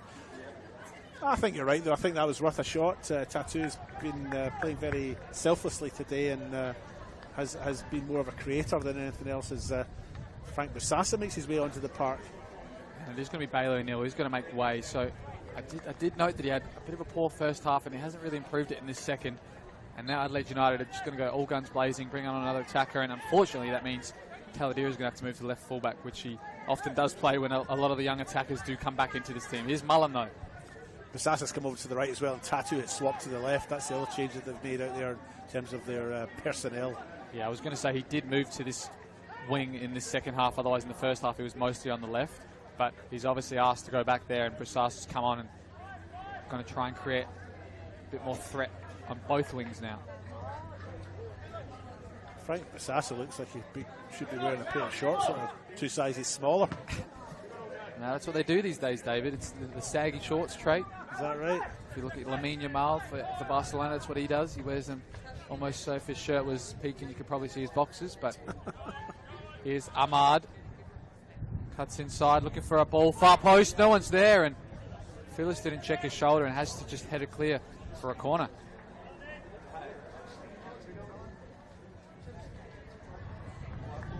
Maybe he's just covering his legs for that summer breeze, David. They are a fair length, though. You've got to say that Frank Busasa's shorts do look like they're 2 sizes too big for him. But if that's the style these days, that's the style. Who am I to criticise that as the corner comes in? Far post, cleared by Stanisic and Burkett on the second time of asking. Woolard goes for the strike himself, but the first time of the day, that's hit the cows. It has indeed. Actually, it's interesting to look over there. You see those fields behind us. You know, normally this time of year they are a more lush green, or a lush green, should I say. You know, it's a sign really of the lack of rain that we've had in this area. I am a local. I do live up this way, and it's been the driest summer that I can remember in 30 odd years. And those fields behind there, very brown still. It's a great ball to Busasa to chase. His first few touches on the ball. Drives inside, still going Busasa. A little bit of a spin out of the danger. White over the top, nobody's there to chase. And it's just all petering out at the moment for Adelaide United. They're getting the right plays on the ball, but that final third action is not as perfected as it has been in previous weeks. Dead right. When they get up to that final third, it's all breaking down for them. They're just a bit ineffective in that final section of the park. And I mean, Busasa looked a bit frustrated there when he didn't receive the return pass from Malawal Nicola, but that's not a single event. That's a fairly consistent event here for United, and it's just not working out for them in that final third. French comes away with the ball, looking for Tabares, but I think he's probably about a couple of metres offside there. Interesting to note, you did say before Aldgate might be playing left fullback. I think they might be playing a back five, Dave. I mean, Braden French has had a lot of run forward in the first half and the second half. Maybe he's the only one in that back line who's allowed to go forward, but otherwise it looks like almost a line of five. It does when they're not in possession. Yep. But even when they're in possession, I mean, the only one to go forward is French. So I'm not sure where Aldgate's playing, but definitely defensive more than anything. Here's Woolard dealing with Busasa. He's got Aldgate now to join him. Goes through, and Woolard can't keep it alive. Caruccio takes a throw in early. So after all that attacking threat in the first half, his first 15 minutes, David, has been a bit more mellow, wouldn't you say? Yeah, it's been a slower pace, I think, in this second half. United just trying to work out how they can breach this Playford defence, I think. You know, they spent the first 15 minutes of this second half just probing and really haven't had the success in that final third yet. But I think it's a possession game for Adelaide United now, just trying to work out how they can breach that seemingly impervious defence. Although they have breached it once, they just haven't had much luck since then. Here's Busasa, looked for a 1v1 battle, tried to the pass instead. We'll get a second opportunity at it now. Caruccio into the feet of Burkett, tries to flick it to somebody, but it doesn't pay off. Now Mullen puts it into an area for French to chase. He's going to get there as well, Braden French. So is the defensive work of Amlani Tatu. Yeah, good tracking back there by Amlani Tatu to tidy up that loose ball. And he moves back up into an attacking role now as United look to build from the back. Phyllis, he tries a long direct switch. It's going to look to find Burkett. Is he offside? I think he is, and the assistant referee confirms that conjecture. So no movement at the moment on the Playford bench. But I'm sure in the next 5 or so minutes we're going to see somebody make their way onto the field, with a lot of this defensive work for Playford really probably going to take a toll on a lot of these players, especially on artificial. They're used to playing at home on grass, of course. So some of this run and stop on the artificial is tough to deal with. Yeah. You know, I've never played on a surface like this. I have played in some synthetic pitches, but back in my day they weren't really all that common. So it's never really been an issue for me. But yeah, I mean, a big difference for you in terms of playing if you're on a grass versus a synthetic pitch. It seems to be something that you mention a lot. It is a weird thing, especially if you play on a lot of one for quite a few weeks and then you have to play on one out of nowhere in that block of weeks as well. I mean, for me, I train on artificial all the time. All my home games are on artificial, and then you play a once-off away game against Noarlunga or away against Adelaide Hills Hawks, and you just feel the ball goes slower, and you probably go slower as well. When you're running on it, you feel more heavy.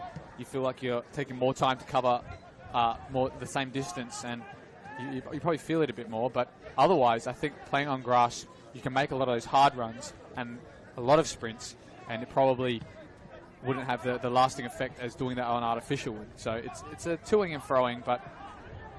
And yet I don't associate one surface producing a slower game than another surface. I always sort of think the game looks comparable in terms of pace. This ball's out to Busasa. He's got plenty of pace to use. Trying to use his left foot now to drive inside. He tries to get past 2. He gets it. Back out to Garuccio, and I think there's a foul in there, or is someone offside? I think it's offside. The ball came right out to Garuccio, and he struggled to control it. And I think as it's come back in, maybe Busasa's been the one that's been offside. Maybe he's infringed on a defensive action that was from an offside position, I think. But otherwise, I think today's game is played at a great pace as well. And if you see a lot of the other State League 2 games here, probably it's a bit slower, but that's not a good thing or a bad thing if the teams are that competitive. But with 2 quite high teams in the league, in the top league in our state, playing on it, you really see how quickly this pitch can play if you've got the players and the personnel to do so. Stanisic, a couple of hands on Dan Ryan there. Ahmad will come away with it instead. Does use his body well, doesn't he, Ahmad? He just slips on it there. You don't see too many slips on an artificial, David. It's not that wet, but sometimes if your studs aren't long enough, they might not grip as much to the ground on artificial. Busasa looking for the feet of White, but that's too much ahead of him, and now Ahmad will come away. He's got a lot of pressure. He might win a foul, but Pratt comes away. Looking left, goes in hard and gets the second opportunity. It's 2v1 on the left here. Dan Ryan and Tabares. Ryan goes for Pratt instead. Pratt with the right! Probably should have used his left, David. Maybe should have used his left, yeah, but to be fair to him, I mean, the goalkeeper was out very quickly there, Ethan Cox, to narrow the angle. But a good run from Pratt and the overlap, inside overlap, if that makes sense, and he made the space well, having done the initial work. He was the player that had created the opportunity. But yeah, but unlucky not to have done better with his shot, and maybe he should have used his left. I think you're right. Correct, should I say. Here's Phyllis now, looking for one of those long balls. Garuccio, has he sprung the offside trap? He has, and now Busasa goes 1v1 with Allgate. Getting double teamed defensively though, and can only find the feet of Ryan White. Nicola. Phyllis.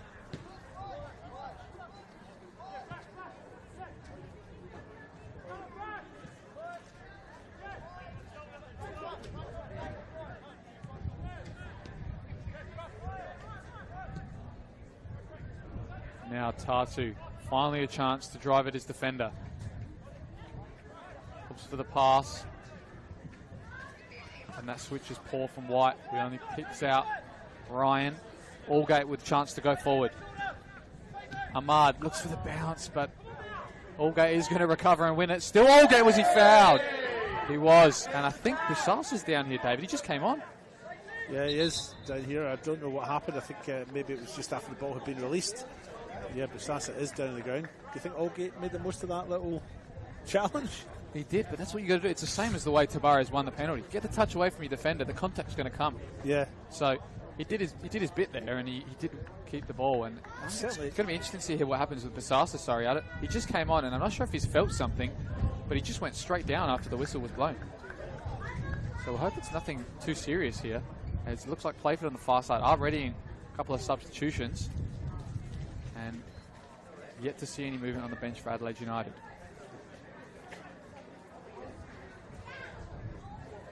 Busasa's not really moved, has he? I mean, he hasn't really grasped anything specifically either. It looks like they're checking his breathing.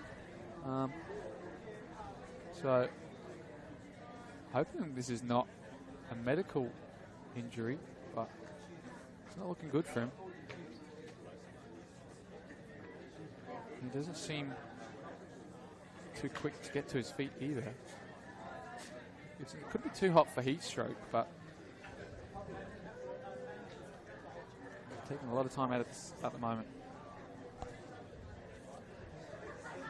Yeah, I didn't actually notice anything off the ball. I mean, he had the ball at one stage, didn't he? And then it was released. And after that, he went to ground. So I was following the ball, didn't actually see anything. Didn't actually see what had happened. But yeah, as you say, hopefully he's all right. I mean, he seems to be getting up now, somewhat gingerly.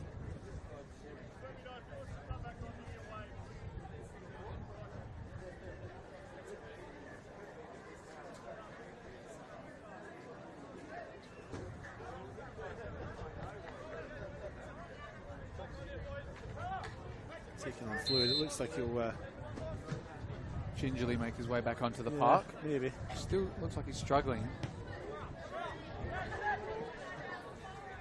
But we play on here and we'll see how that develops. And if there's any movement on that Adelaide United bench. At the moment it's with Playford and Adelaide United down to 10 temporarily.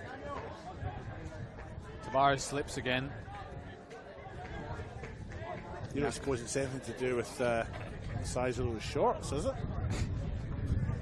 Well, he's back on, thankfully. See what happens in the remaining few minutes. About 20 minutes left in this game, David. It's been a great day out here at Mount Barker at the summit. First half had a lot to shout about. This second, not so much, but there's still a lot of time for that to change. And here's Busasa back on the ball as well. He cuts inside. Busasa with a strike, and it's curled the wrong way, but it's been deflected, David. It's going to be a corner. There was a deflection. I think that shot was possibly on target until it struck a Playford defender there, and it's gone out for a corner on the far side. But nice play from Busasa. Do you know what, though? He's still looking a bit sluggish. He doesn't. He looks like he's still maybe carrying a bit of an injury, whatever that was earlier on. So keep an eye on that as Amlani Tatu prepares to take the corner on the far side. Going over the top of this Tatu, and his ball's gone deep. Garuccio's there, but it's a poor delivery in the end. And now Ryan has two to deal with, and he puts it into a race for Tavares. Tavares and Nicola.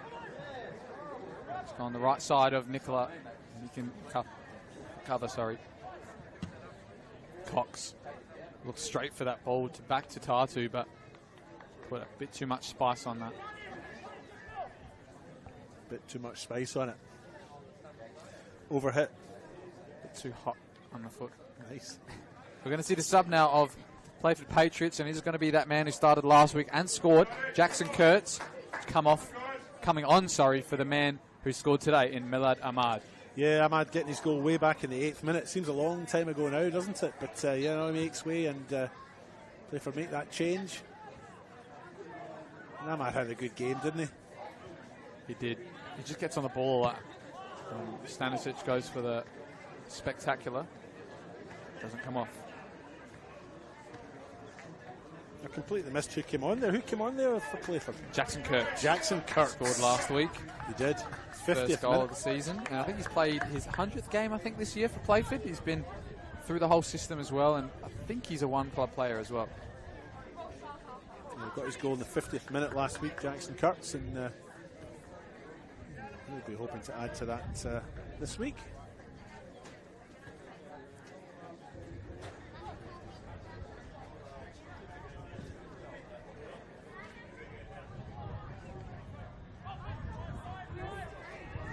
Stanisic looking for the feed of White.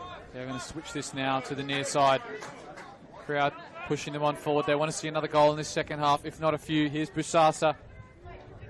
Creates room for the cross, but I think he's tripped over his own feet there, David. And unfortunately for him, it's just going to be a goal kick in the end. Decent enough defending by Ben Woolard, though, to force Busasa down to the line. And in the end, you're right. He may well have tripped over his own feet, but doesn't take anything away from Woolard's defending. He had the better of Busasa down there. Nicola looks for the feet of Stanisic, and that bounce is going to go his way. Now White with the left side open to attack. Still going past Mullen. White is still on this run. Finally stopped by Harriman in his tracks. Pratt puts a great ball in the channel for Tabares. He's going to beat Phyllis there. But Phyllis gets a second touch and only puts it out for a throw-in.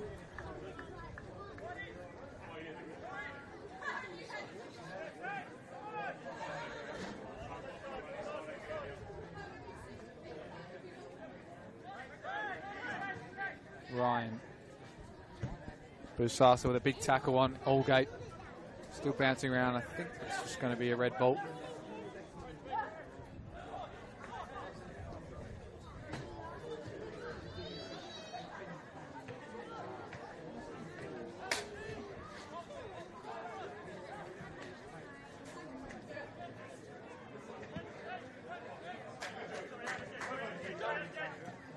Garuccio now in this near side flicks the ball over for Ryan White. Harvey there trying to shield out the attacks from White. I think White's had a great second half so far. He's just got on the good ball and got things ticking for United. Here's Garuccio, has done the same, looking for a cross, but too many white shirts in the way. Kurtz, was he pushed? He's going to get the second opportunity, and he's got fresh legs to run against Stanisic and Taladera. Here's Kurtz.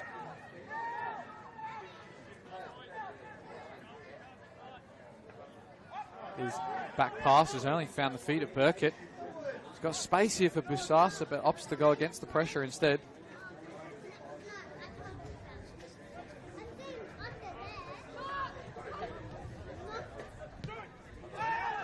Surely Garuccio time to turn. Spins, looking for a ball. Nicola, Burkett.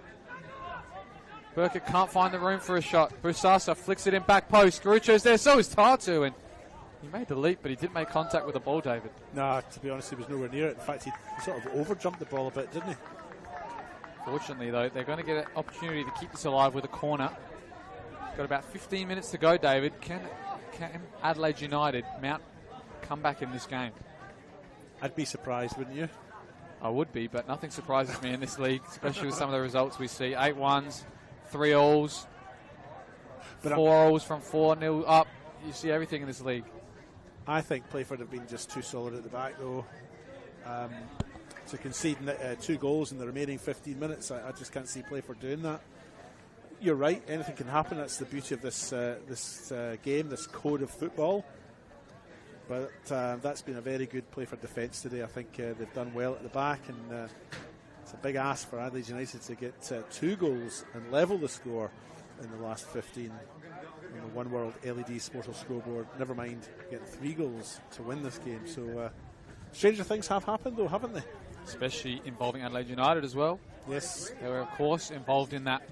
I think they were involved in both 4-4s last year, if my memory serves me correctly. One against Modbury, where they were 4-0 down, and they made it 4-4. Oh, yes. And then a couple of weeks, or maybe even the following week, they were 4-0 up against Para Hills, and they conceded to make it 4-all. Yeah, the Para Hills game, that was at Service FM, I think, wasn't it? Correct. That was very memorable. Seb O'Neill and Antonis Pagonis, the 2 fortuitous commentators to get that game. You just don't know what you're going to get. So sometimes with Adelaide United, do you? Here's White. Looks like Tartu and Busasa have swapped wings again. That's a loose touch from Taladera. I did cover Adelaide United's game last week against Campbelltown, and they were the better team in that. They contrived to lose. They contrived to lose that match 2-1. But they were the better team throughout that game. And indeed, Campbelltown had gone down to 10 men after the sending off of the goalkeeper, Magetto. But, yeah, it was an extraordinary match that I've never seen, or seldom seen, should I say, a team play so well or dominate a match and still come out losers.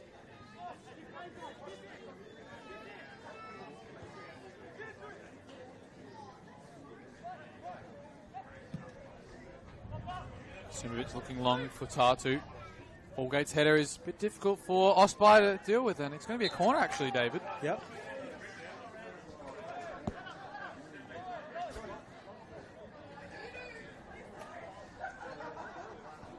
Joey Garuccio is the player who's gone down to the corner to take this. Let's hope it doesn't return to bite him back, Osby, because that seemed like an easy claim, and they made the most of it. Difficult with the sun here, though, isn't it? And that ball was right into an empty area, far post, and they live to see another day. Playford. And they've still got a very healthy bench to use as well, David, if they want to take some time out of this game now with about 10 or 12 minutes to go.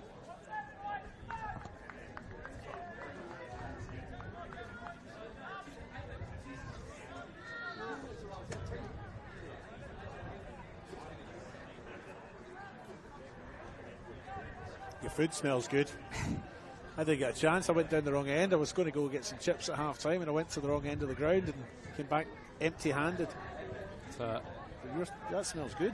Yeah, some dim sims and chips. Wow. The canteen's expanded its ventures with this NPL game here. And as we... There is a game after this, isn't there? There is. Mount Barker State League 2. Yep, so the last couple of years they've had a varying success of having the State League 2 game after it or not. Last year it couldn't happen because Port Pirie was playing Mount Barker and they only allow maximum 3:30 p.m. kickoff, so they couldn't do both games. Northern Demons. Yep. So this year with the arrival of the South League, that means that's no longer going to happen, but it means that they can host back-to-back doubleheaders and a full day of football again, which they had done in the previous years as well. Give you some score updates around the grounds as well as we're into the remaining few minutes of this game. Raiders have got an equalizer against Para Hills. It's 1-1 over there. We'll cut back to this as Kurtz has robbed Phyllis of the ball. Ryan. Kurtz, fresh of energy, looking for an option. Tabarez. He's got Mullen. Is he going to have a strike? Mullen, he does! Yeah, good connection, but fortunately he was read by Ethan Cox. So it's 1-1 there, Raiders and Para Hills. 0-0 still between the Cove and Fulham. Still 1-0 to West Adelaide over Panthers. Still 1-0 to Salisbury over Pontian. 3-1 Blue Eagles over Cobras. And at halftime it's 0-0 between Vipers and Sturt. Oh, really? Which is an interesting one. Hosted it by Vipers, of course. Yep. Sturt yet to drop a point this season. How long have, what stage are Sturt and Vipers at? Half-time. Half-time. Oh, still a fair way to go then. Burkett has a strike. It was dipping, but probably dipped a bit late for his liking. But yeah, as you're saying, 0-0 between Vipers and Sturt. It's an interesting one. I don't think Sturt have not scored or conceded a goal in a half before. So what, did they kick off at 4 o'clock or something? Or? They must have. Or maybe just a bit early, 3:45, something like that, I think. 3:45 is an unusual kick-off time, isn't it?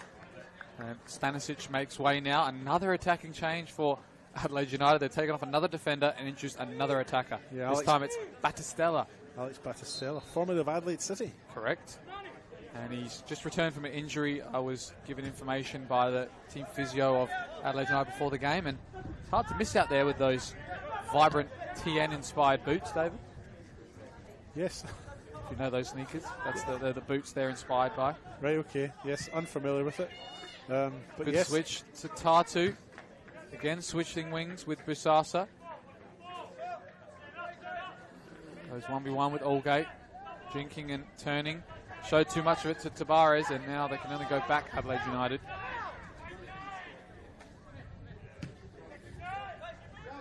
But it looks like, Battistella, looks like he'll be playing that second striker role. Maybe Garuccio drop a bit deeper in the midfield. Here's Tabarez, though.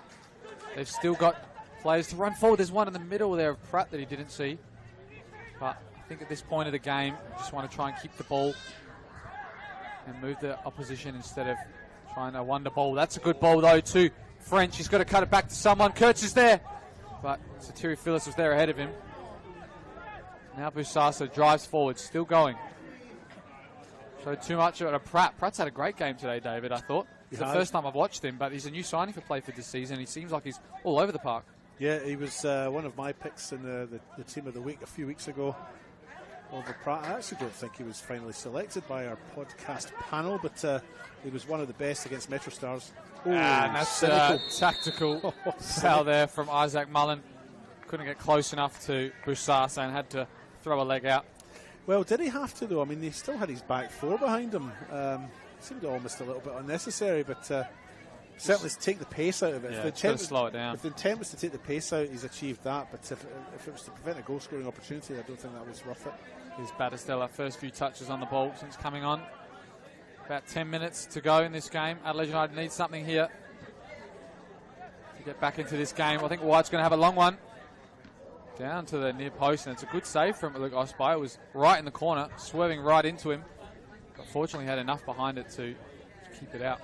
He had plenty of time to work out exactly what he was going to do, though, Osby, didn't he? So in the end, it was a good save.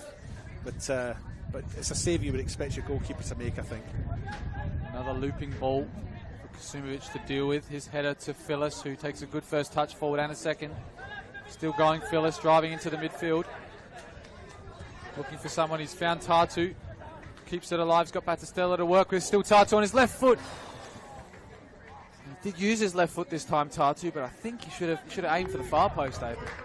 Yeah, possibly. I mean, it's another shot they didn't quite get onto, and you've seen Tatu striking from there quite beautifully, but not on that occasion. Tatu deployed in the far right, but Busasa on the far left, Brody Burkett and Battistella in the middle. It's almost like they're playing with four strikers. And they've got, or at least two strikers and two wingers. They've got Garucho behind now as a midfielder. That's turned over again from Playford by Kurtz this time. Garucho finds Burkett looking for Busasa's run. Even White is very deep now in the midfield, so they're definitely trying to get something in this game. Busasa still going. Can't break this Playford defence down at the moment, David. Taylor ups for the long ball. Great touch there from Tatu. Ball stuck to his foot like glue. Now Nicola. White. He's got Tatu here. He's got to put a ball in. He does. Tatu. It's a good ball. Harriman's there, followed by Woolard. Again, I thought Mawan Nicola was going to aim for the shot the first time. He does it on the second time of asking, and it's a good strike, but a bit too close to the keeper, David. It was. Probably needs a little bit more power as well, didn't it?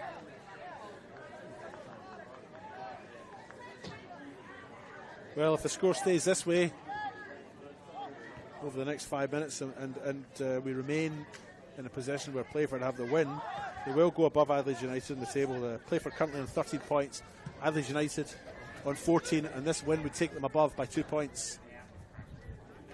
Good saving grab there from Osby with Allgate. Not sure how quickly Tatu was going to be on his shoulder. It's another giveaway, though. The keeper's out of his box. Garuccio, his touch was heavy, David. Why didn't he have a shot? Has to shoot now. Now Playford, on the counter. And here's Dan Ryan. They want to finish things up here, Playford. Kurtz leaves it. Now it's Kurtz who comes on the end of it. Left-footed strike, and he's crowded out by Cox. What an end-to-end. Yeah. A little bit of run that was with Garuccio. The goal at his mercy. He opted to take a second touch and just ran it straight into the Playford team. That was an open goal. 3-1 down, 5 minutes to go. Why wouldn't you just have a shot? Tried to walk it in and really should have been better, to be honest. Playford gone short from this corner. They've got 5 minutes to keep this result. Another corner one, it looks, that time off Garuccio. As we said, Adelaide United, they haven't lost since a 1-0 defeat to Comets in round 2, David. So they've gone 7 games since then without a defeat. A lot of wins in there as well, a couple draws, of course. But this is the first one in probably over a month that they've tasted defeat, it seems like, at this stage. I mean, we've got 5 minutes plus added to go. Good ball in, a flick by Pratt. Yeah, this was a big chance for Adelaide United to go up to second if they could have won this game by enough goals. I think they needed a two-goal win here to go up into second spot. Adelaide City, of course, coming undone last night against Campbelltown on 17 points, but Adelaide United on 14 and just 1 goal better off in terms of the goal difference. You've got the table in front of you. Look at you. I do. This is a live table too. Professional. Playford are in third at the moment with 16 points. That's, of course, assuming these results stay the same. And Metro Stars still ahead with their game to play tonight on 17. But some results, interestingly, around the grounds between Raiders and Para Hills. A bit of a goal fest over there. Yeah, sorry to interrupt you. A couple of substitutions being made here. A couple goal scorers as well. Dan Ryan and Santiago Tavares to make way. And it looks like Cholwell and Gini Akpo to come on for the final minutes of this game. And they came off to a good applause there, David. Dan Ryan and Tavares. Yes, all very amicable, although I think it was their own supporters, to be honest. Wild game there at Croatia Park. So Amlani Tatu getting dragged here. Referee's going to play advantage. He wants to get a goal in on shot in on goal. He's still going. Amlani. Is he fouled in the box? Referee's going to give it the other way. I think he's going to book him for diving, David. He's laughing as he walks into the referee's view. Yeah, and no argument from him either. So that would suggest maybe a sense of guilt on Tatu's side. Great refereeing by Faulkner. I mean, I didn't spot that at all. I thought Tatu had been fouled there, but obviously not. Go back to that game, Croatia Park. Croatia did come back from 1-0 down to lead 2-1, but now they've conceded an equaliser. But now Para Hills have got a red card in the 89th minute, so it's 2-2 there. 9 men against 10. And Raiders are at home trying to pick up some points after the last couple. They have yet to do so. Looks like as well Tavares and Ryan have stayed on this near side. They would just wait for the last few minutes for their team to celebrate and run onto the pitch instead of having to go walk around the whole pitch again. But are they allowed to stay there? I thought they had to. I'm surprised they're allowed to stay there, or at least stay there without bibs on. Yeah, I'm surprised that as well. Fortunately, I think they're out of the referee's view at the moment. Burkett down to White. Battistella very deep to pick this one up. Phyllis just got attackers ahead of him at the moment. There's no fullbacks left on the park. Tatu with a good ball to Garucho. He's onside. Battistella now with a strike. Into the side netting, and again, David, we've got to go over to the left side of the goal. Cross keeper. We've got to get it on target. Right? That's for sure. I mean, the first thing you've got to do when you get a chance like that is get your shot on target, and that's disappointing. You know, it's easy when you're sitting up here and you're not down there in the park itself, but I think at this level, when you're through on goal like that, you really have to get it on target. And if the goalkeeper saves it, or if you hit the post of the bar or whatever, then well, that's bad luck, but you must get it on target. First few chances. Battistella has got one goal this season. I think that was at Highmarsh as well. Yeah. No mean feat, but I rate the player. Don't get me wrong. I think he's a great player and a good prospect. Has a great prospect for the future. So I certainly didn't mean to come across as being dismissive of him. I think he's a quality player with a bright future, but I just feel he should have got that on target. He's going to get on the end of this one and avoid the foul, but he's not going to keep it for his team. Or he might as well just win that throw in fact. Nicola. Can't be long left. Only added time, to my knowledge. We see that clock, if it was started at the right time, just ticking over to the 90th minute mark now. Here's White. Can't find anything forward. The defensive actions of Playford are paying off at the moment. And it seems like that first half was worth its weight in gold. Here's Tatu again, going 1v1 into the box. He's got 3 to deal with. Gets a ball in and it's close to the keeper. Unfortunately, Osby was anticipating that. Picks it up.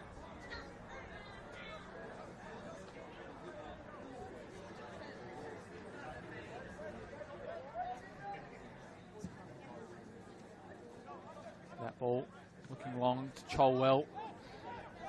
Kusasa come forward and look for someone. He does find Taladera in the end. He's getting held. Faulkner's going to play advantage as Adelaide United have got a few minutes here to mount one final attack. Here's Phyllis. Big touch forward into the space. Tatu. He's got again 3 to deal with. Takes it past the first one. Now the second and the third. Tatu. A good ball in. Garucho gets a touch. Battistella almost at his feet. Harvey's done enough though.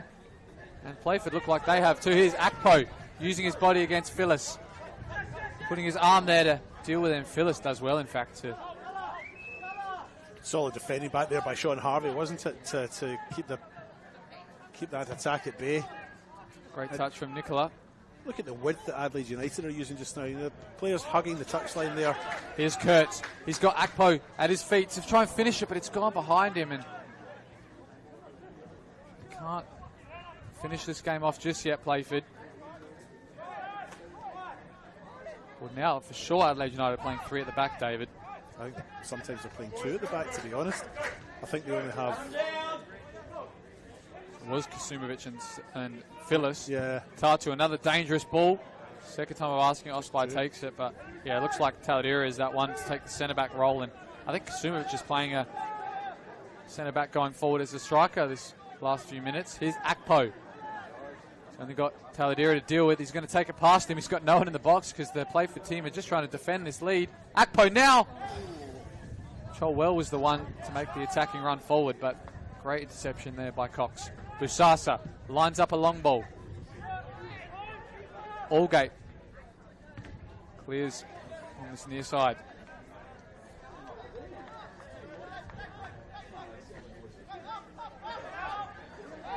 Nicola. Well, they're not giving up, Adelaide United. They're still coming at them, aren't they? Here's Burkett. He's still got a bit of energy to take someone 1v1. His touch, though, is poor.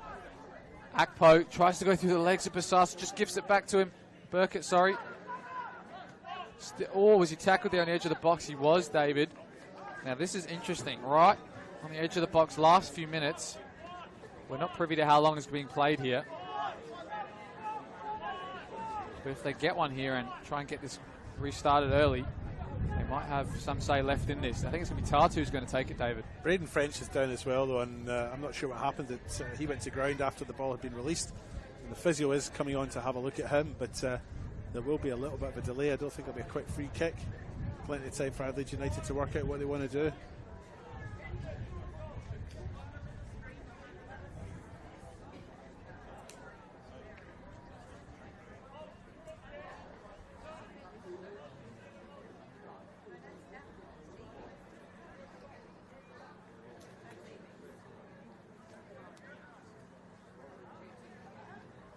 Braden French looks like he's in a wee bit of trouble, and it looks like he'll be substituted, and your pal Christos Penendez looks like he'll come on.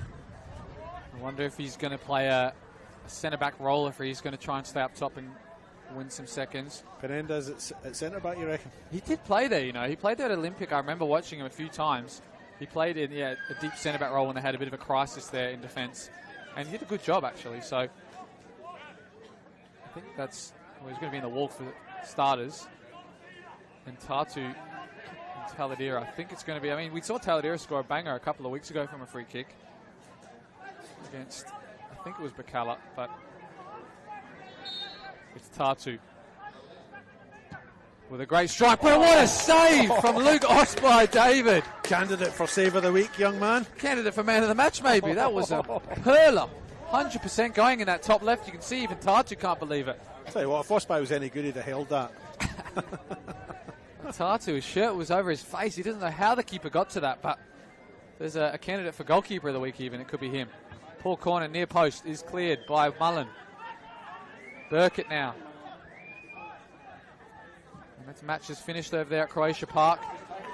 This one's only got a few minutes left in it. I think Faulkner's just about to blow the whistle. He doesn't seem like he's running very quickly to see what the next attack has to offer. It's a poor clearance, though, from Osby. He hit that with a sandwich. Flicked in behind to Bisasa. Was he taken out? He was. It's going to be a foul, and I think it's going to be a booking for Cholwell. It's just a yellow, fortunately for him. He wasn't last man. You think he's going to have another crack at this one, David? Oh, why not? I mean, I don't think they're going to get the 2 goals, are they? But they might as well try and get the 1. And to do that, yeah, if you've got a direct free kick, you would have the shot on goal, wouldn't you? Unless they try something from the training ground.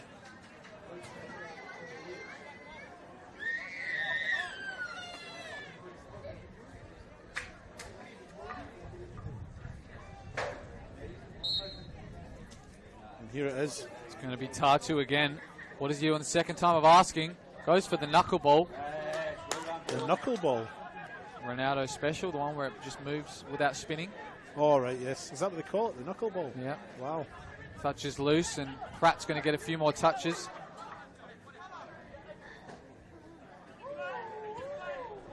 Too much there from Taladera. I think he looked for someone out wide, and it's going to be a corner, though, David. Is it? Yeah, the referee's overruled him, though. Was and now I think Satira Phyllis is... Yeah, he's going to have to come back because he's went forward thinking it was a corner, but it wasn't, in fact.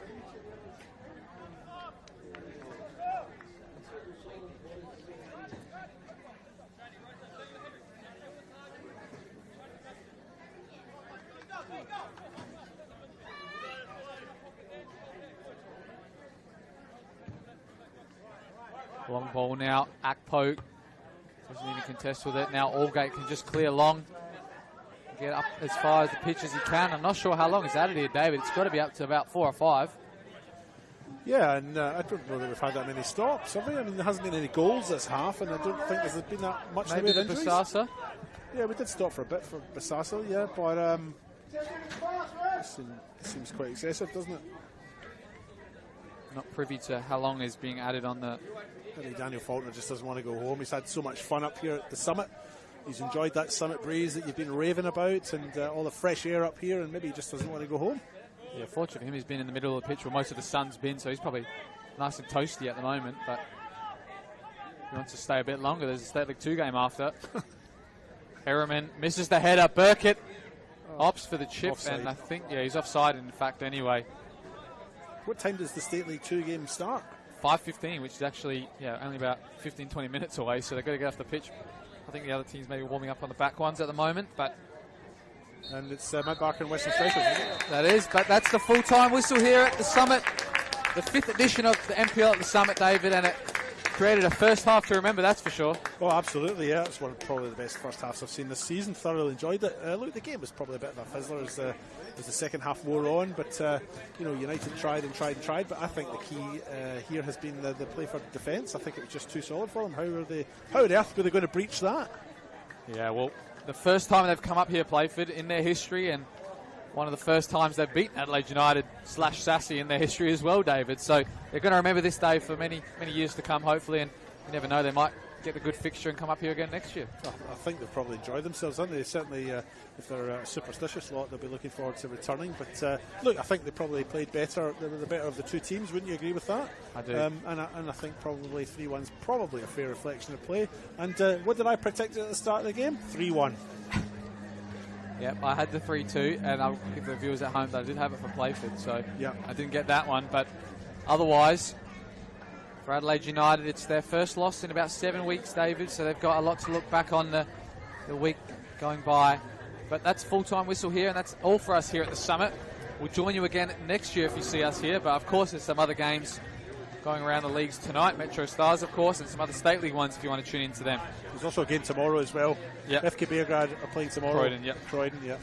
But if you're somehow watching and listening to the audio in the crowd right now, you can stay here and watch the State League 2 game. Oh, well, I thought this was just a warm-up for the State League 2 game.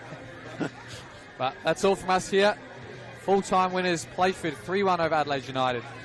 Thank you and good night.